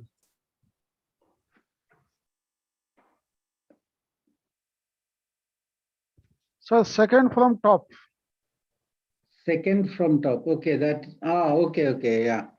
That is the video making competition was won by Dipansh Srivastava. Congratulations. Dipansh, you're around. Would you like to say something? Thank you, sir. Thank you, Chandrot, sir. And thank you, Banerjee, sir, as well. And thank you to Anirudh, sir, for supporting me. Okay, he wins a cash prize of rupees 2,500. The beauty is, ladies and gentlemen, he does not come from a merchant navy background. He is only in his first year, so he's obviously never seen a ship before. Even better, thanks to the pandemic, he's not even seen the institute. And yet to create such a master video, a video that captures the soul of Transtech, as Dr. Kanungo said on day one, I have no words. So I will simply say it was fantabulous. So once again, ladies and gentlemen, please put your comments and reactions for Dipansh for making this wonderful video. They say a picture paints 1,000 words. By that analogy, a working model paints 1,000,000. Only if you have truly understood the working can you possibly design a model. Our judges have had a tough job evaluating the excellent models made by the participants, and surely one was better than the other. The judges will be felicitating the top 3 models. However, as an encouragement, special prizes of rupees 1,000 will be awarded to the other models too. So winning the special prize for winning a special prize for a model, I'd first like to announce, can we have the next slide, Raul, please? Yeah. So this is the special prize for model making. And this goes to Sushavan Das, Suyash Kumar, and Ashutosh Roy for their model on advancements in sensor technology in shipping. They win a cash prize of rupees 1,500, please. Thank you so much, sir. It was my pleasure to participate. Okay, excellent to hear from you. The other special prize goes to Mr. Sarthak Das. Can we have his this thing over here, please? Yeah. For his model on high hard wing propulsion system, and he too is awarded a cash prize of rupees 1,500. So congratulations, Sarthak. Would you like to say something? Thank you so much, everyone. I would especially like to thank Pawan Jadhav, sir. He has been coordinating since 1 month to make sure the model was perfect. Thank you. Okay, congratulations, Sarthak. Congratulations, Pawan Jadhav. And yes, please keep your comments, reactions flowing, as the prizes will keep flowing quick and fast. Sir, I would, Gopinath sir, I'd like to come back to you to announce the third prize in model making, please.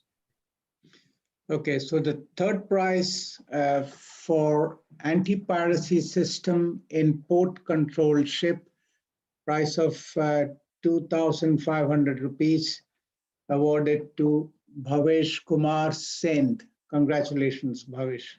Excellent, Bhavesh. I like that at least you brought us back to the TMI hostel room with your videography over there. Would you like to say something? First of all, I would like to thank the Transtech organization team for organizing this competition in such a tough situation. It was a very informative session and I enjoyed a lot. Thank you, sir. Thank you very much, Bhavesh. Thank you very much. Our next prize is the second prize for the model making competition. Sir, if you could do the honors, please. So the second prize of 4,000 rupees goes to fire extinguisher, drone and sensor. And it's a team of Ujjwal Gehlot, Tarun Singh, Ayush Parashar, and Vaishak R. Congratulations to all of you. Yeah, congratulations, Ujjwal, Tarun, Ayush, and Vaishak. Would you like to say something, please? I mean, your model Yes, sir, was very, very nice. thank you, sir. Thank you for all the prizes. And on behalf of my entire team, I would like to thank the whole Transtech organizing team for giving us such an amazing opportunity. And it was great effort by also my teammates. And it was a great journey throughout. And it was a proper competition which we have. Uh, and this competition has served as a unique way of presenting ourselves, and we feel blessed and overwhelmed for being a part of it, and more importantly bagging the second place. Thank you, sir, for conducting this competition, and thank you, Pawan Jadhav, sir. We are more thankful to you. Thank you, sir. So the biggest winner seems to be Pawan Jadhav out of you. He's there being the guide and mentor of all these model makers. Well done, Pawan.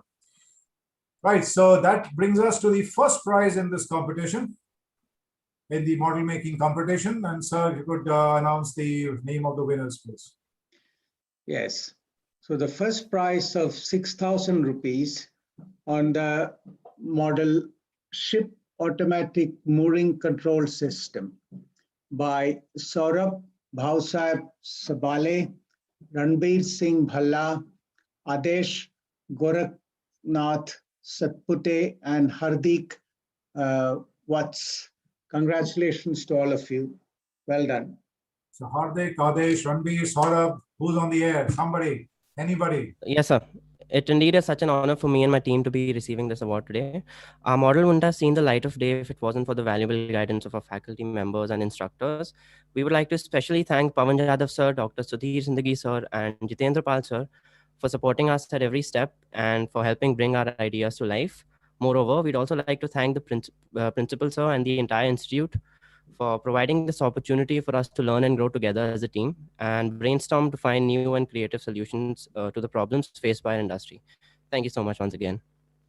Thank you very much. Very well said. Very well spoken over here. And so Pawan Jadhav wins 3 out of 3. Of course, Jitendra Pal Singh and others have now joined the gang. I'm monitoring that front also over here.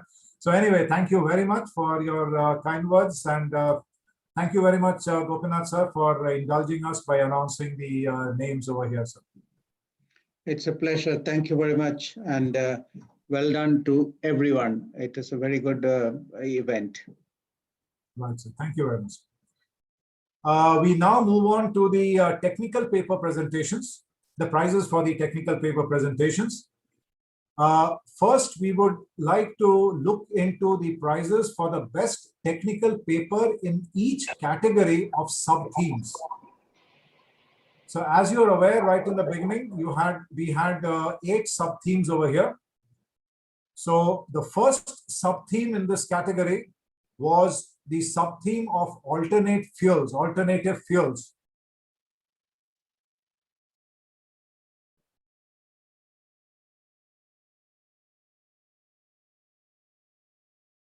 Rahul, okay, fair enough.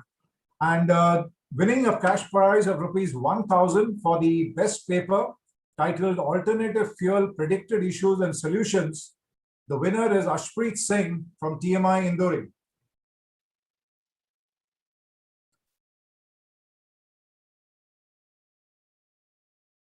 Congratulations, Ashpreet. Are you around somewhere?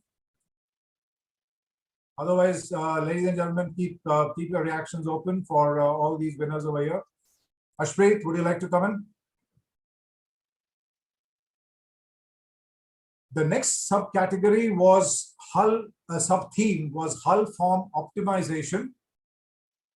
And the best paper in this case, that is on theme 2, goes to Amit Raina, Abhijit Pillai, and Abhiraj Ranaut from the Anglo-Eastern Academy, and for their paper on hull form optimization. Is anybody here? Amit Raina, Abhijit Pillai, Abhiraj Ranaut?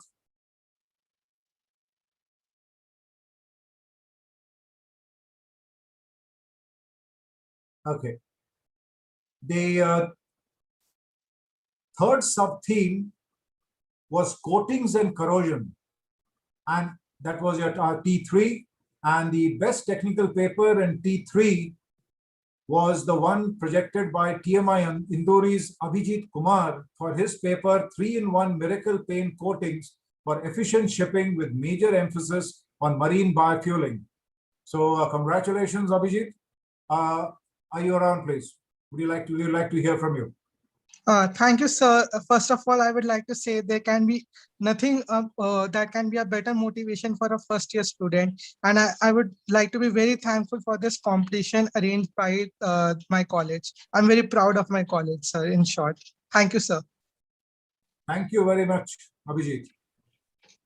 Our fourth sub-theme, T4, as we like to call it, was zero emission technologies. And in this sub-theme, the best paper produced was titled Green Technology by Bhim Shankar Pathak, Nilanjan Jana, Abhishek Pandey from the Great Eastern Institute, Lonavala. So a huge round of applause for them, please. Congratulations, gentlemen. Would you like to say something, please? Thank you very much, sir. Thank you very much, sir. We've been presenting here, and our team and whole institute would feel honored to be part of this Transtech 2021 and have receiving this award. Thank you very much. And I would like to add something, sir. Thank you very much to our coordinator Meena ma'am, and be a part of such a great webinar. Thank you very much, sir, for this prize. Thank you for the kind words, and congratulations once again on your excellent paper, please. Our fifth theme, T5, was the life cycle analysis of a ship. The best paper under this sub-theme comes from the Indian Maritime University campus of Mumbai, authored by Saksham Jaiswal, Kundan Kumar, and Jai Singh for their paper on life cycle analysis of a ship. Congratulations to all three of you, please. Congratulations to IMU Mumbai. And do we have any of the winners over here with us, please? Yes, sir. Good afternoon, sir. Sir, we would like to thank the Transtech organizers to make this event possible in coronavirus. So just after a long time, we are attending an event of this big scale, and we know Transtech is one of the biggest marine event. So we would like to thank Tulani Maritime Institute for making this possible. Thank you very much. Thank you very much, and congratulations once again. Our next sub-theme was vessel performance optimization.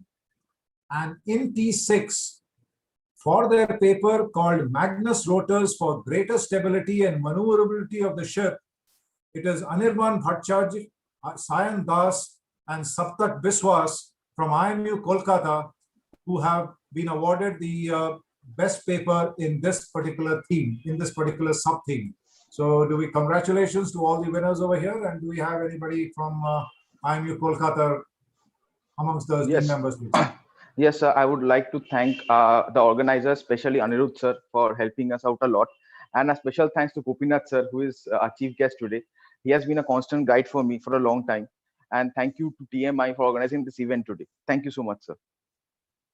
Okay, thank you very much. Thank you, and very well done for this particular paper. T7 is advancements in sensor technologies in shipping. And the best paper in this sub-theme comes from Manik Pune. The authors K. Roy and H. Sadavarte. The title of the paper, Advancements of Sensor Technologies in Shipping. So congratulations, gentlemen from Manik. Are you around, please?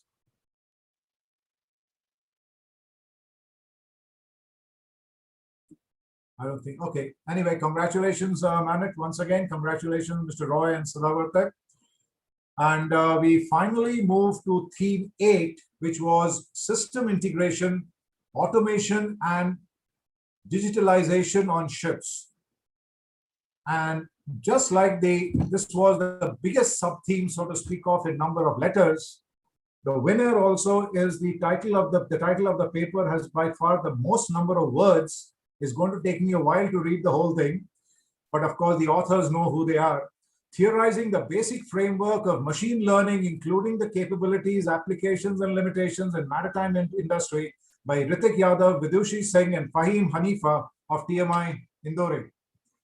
A huge round of applause for all of them. Congratulations to all three of you. Is any one of you here, please? Or all three of you are here?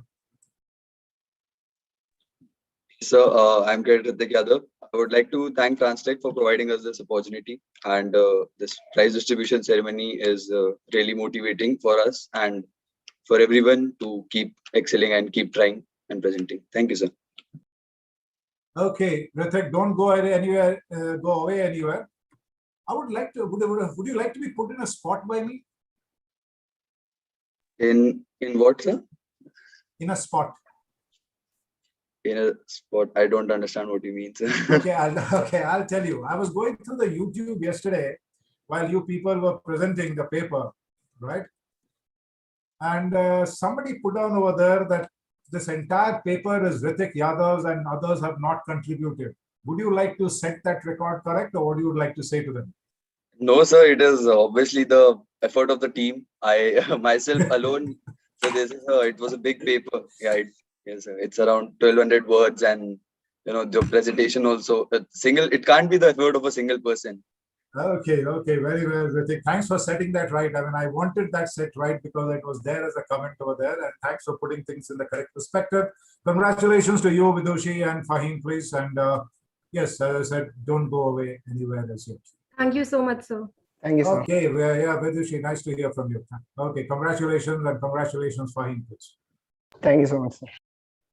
Dr. Thalore, are we ready with the names, please?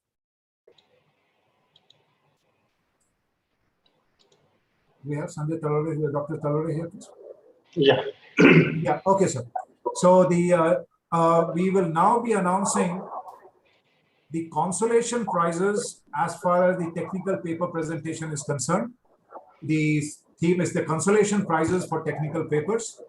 So, sir, would you be kind enough to announce the first consolation prize in this category, please?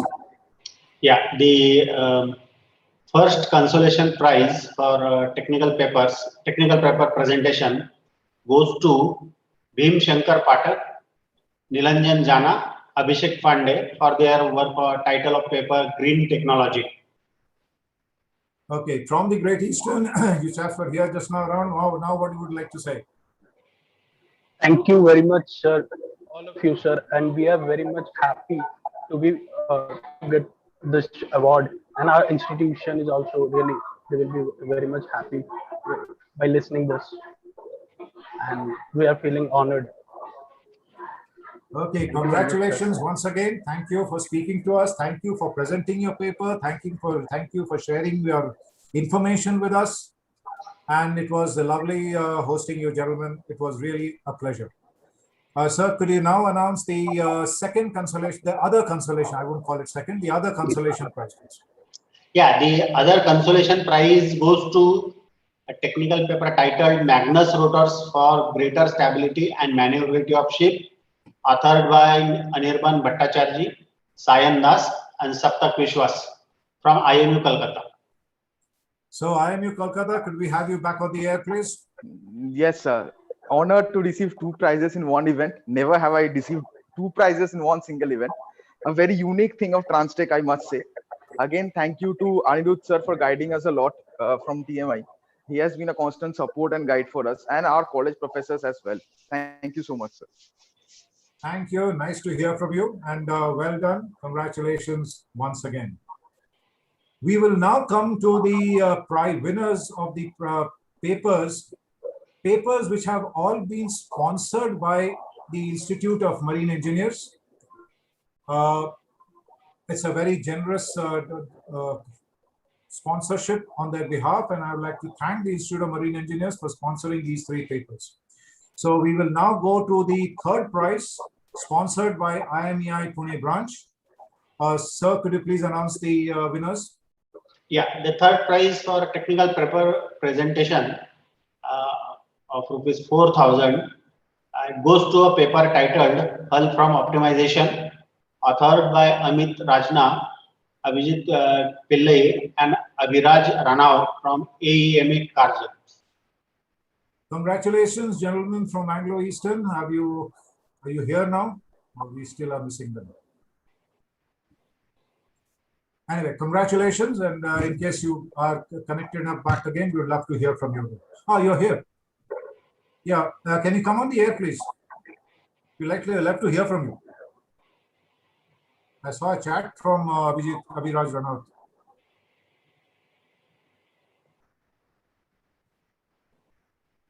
Rahul, is he an attendee or is he a participant?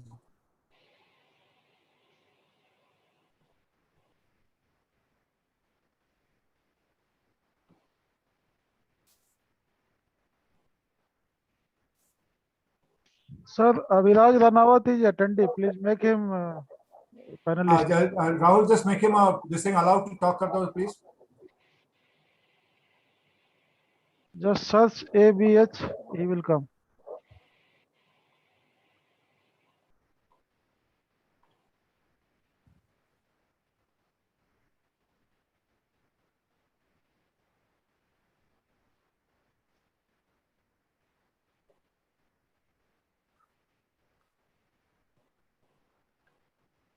Yeah, I've allowed him to speak.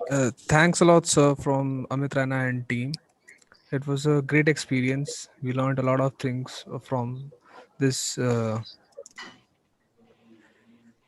this seminar, sir. Okay, lovely to hear from you. I mean, unfortunately, we couldn't get you on the air the first time round, but congratulations once again, and thank you for such an excellent paper. Very well done. Thanks a lot, sir. We will now move on to the second prize, also sponsored by IMEI Pune branch. Rahul, could we have the slide, please? Yeah. Yeah. And yeah, Chief, sir, yes, sir, you can announce the name. Yeah. The second prize of rupees 6,000 goes to Ritik Yadav, Vidushi Singh, and Fahim Hanifa for their paper titled Theorizing the Basic Framework of Machine Learning, including the capabilities, applications, and limitations in maritime industry, from TMI Indore. So congratulations, all three of you once again. Would you like to say anything else now? Good afternoon, everyone. I'm Karit Vidushi Singh, and on the behalf of my team members, I would like to thank all the judges, our respected chief guests, session chairs, tech committee members, core committee members, and all the faculty members for providing us a platform to present a technical paper on such a diverse theme that is of great importance. Special thanks to Mr. Pavan Jadhav sir, Devendra Dave sir, and Subramaniam sir for guiding us at every stage. We are immensely grateful for such a great experience, and to the people who saw the potential in us and help us to believe that we can do anything if you want to. It was such an honor to have received this award. Thank you all once again. Thank you, Vidushi. I must also tell you that the gentleman who was preparing the PPT had a very tough time trying to fit that title over there. So next time, if you can have a couple of words less, it would be better. But jokes aside, very nice paper, very well presented. So okay, thank you so much. Congratulations. We now come to the top prize, the first prize, and sir, if you could do the honors, please. Yeah, the first prize goes to Ashpreet Singh for his paper Alternative Fuel, Predicted Issues and Solutions. The prize is of rupees 10,000. The student is from TMI Indore. Okay, Ashpreet, congratulations. Ashpreet, once again, Rahul, you'll have to make him, give him the right, please. I think he's coming, he's not a panelist today. We missed him in round one. Yeah. Noted him to panelist. Thank you very much, sir. It's indeed an honor for me, sir. I would say my efforts have been accounted for. And to all the participants, I would say we did a great job. Thank you, sir. Okay, very well done, Ashpreet. Congratulations for getting the first prize over here. And very well done. Thank you, sir. Thank you. To both my chief guest and to the guest of honor, I thank you, sir, very much for doing the honors. On behalf of everyone, we would like to thank you for your time. Your presence has indeed been very valuable to us today, and we certainly look forward to another interaction in the future. Thank you. Thank you. Thank you very much, sir. So dear participants, the cash awards and the participation certificates, the actual one, this was only something that we designed here, will be mailed to you very shortly. Don't worry about that. And ladies and gentlemen, as we approach the end of this technical symposium, the 3-day festival Transtech 2021, organized by Talani Maritime Institute, I would now like to invite Captain Manoj Hirkane, Vice Principal and Program Chair, Nautical Science, to propose the vote of thanks. Yeah, thank you, Captain Banerjee. Can you hear me? Yes, you're very audible. Okay, thank you. Honorable Chief Guest, Dr. Gopinath Chandroth, Guest of Honor, Dr. Sanjay Tadole, members of Governing Council and members of Academic Council, Principal Captain Krishnamurthy Iyer, distinguished dignitaries, colleagues, and dear cadets. A very good afternoon to each one of you. All good things must come to an end, and so has the 14th edition of Transtech. This event is a collaborative effort, a joint venture of Institute of Marine Engineers, Pune, Institution of Engineers, Pune, and Tolani Maritime Institute. First and foremost, I acknowledge with gratitude and thank Mr. Bhalchandra Chandakar, Chairman, Institute of Marine Engineers, Pune branch, for co-sponsoring the event and prizes for technical papers. Many thanks to Professor K.K. Ghosh, Chairman, the Institute of Engineers, Pune Local Center, for co-sponsoring this event. I express my deep gratitude to Dr. Gopinath Chandroth, accredited Marine Accident Investigator at Maritime Accident Investigation Branch, UK, for taking time off from his busy schedule and accepting to be our chief guest for this valedictory function. Dear sir, your speech on marine accident investigation and prevention was an extraordinary speech with case studies. Indeed, we all have greatly benefited by your talk. Thank you, Dr. Chandroth sir. Thank you very much. Even without knowing anything about artificial intelligence, we are all using it at many places in our daily life. Thank you, Dr. Ketan Kotecha, Director, Symbiosis Institute of Technology, Chief Guest of Transtech inaugural function, for your wonderful keynote address on artificial intelligence for all. I want to sincerely thank our second-day guest speaker, Captain Gajanan Karanjikar, President of All Indian Maritime Pilots Association, and also the head of Coastal Shipping Seacal Logistics Limited, for making a fantastic presentation on blue economy. Sir, it was very informative presentation. Thank you very much. My profuse thanks to Dr. Sanjay Tadole, Scientist G and Group Director, Systems and Control Group at DRDO Pune, for giving a wonderful presentation on disturbance estimation and rejection-based control of marine vessels.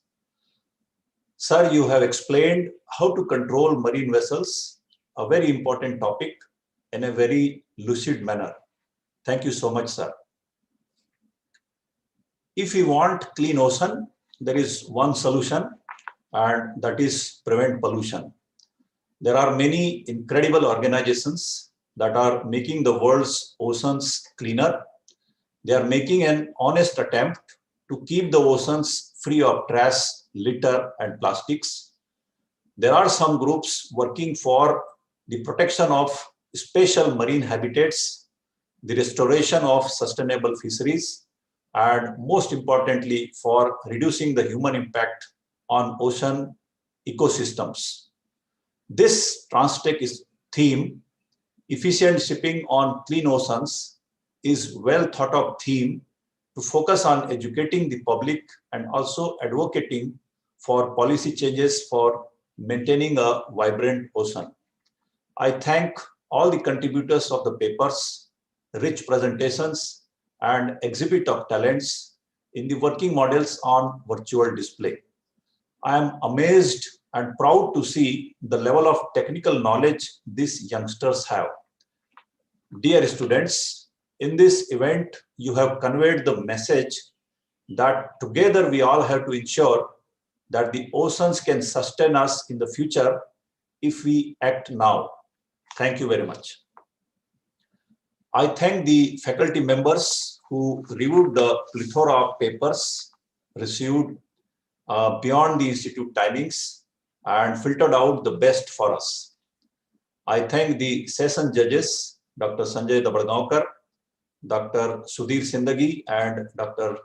Anjali Deshpande for the orderly conduct of their respective sessions well within the prescribed time. Thank you, session chairs. The task of judging is a really uphill task.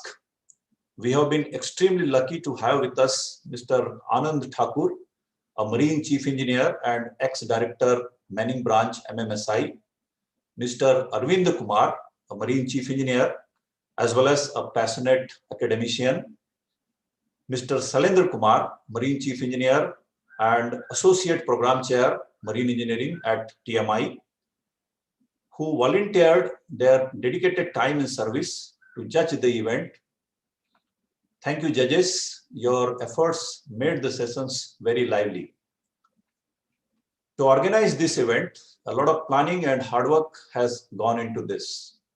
We are fortunate enough to be led by a very talented chief engineer, Mr. Aniruddha Kumar, convener of Transtech, and backed by a team of very motivated and dedicated subcommittee heads in my colleagues, Dr. Dhiren Dave, Mr. Pawan Jadhav, Ms. Swati Vise, Mr. Ganesh Ingle, and Mr. Rahul Kale, who do their jobs better than the best.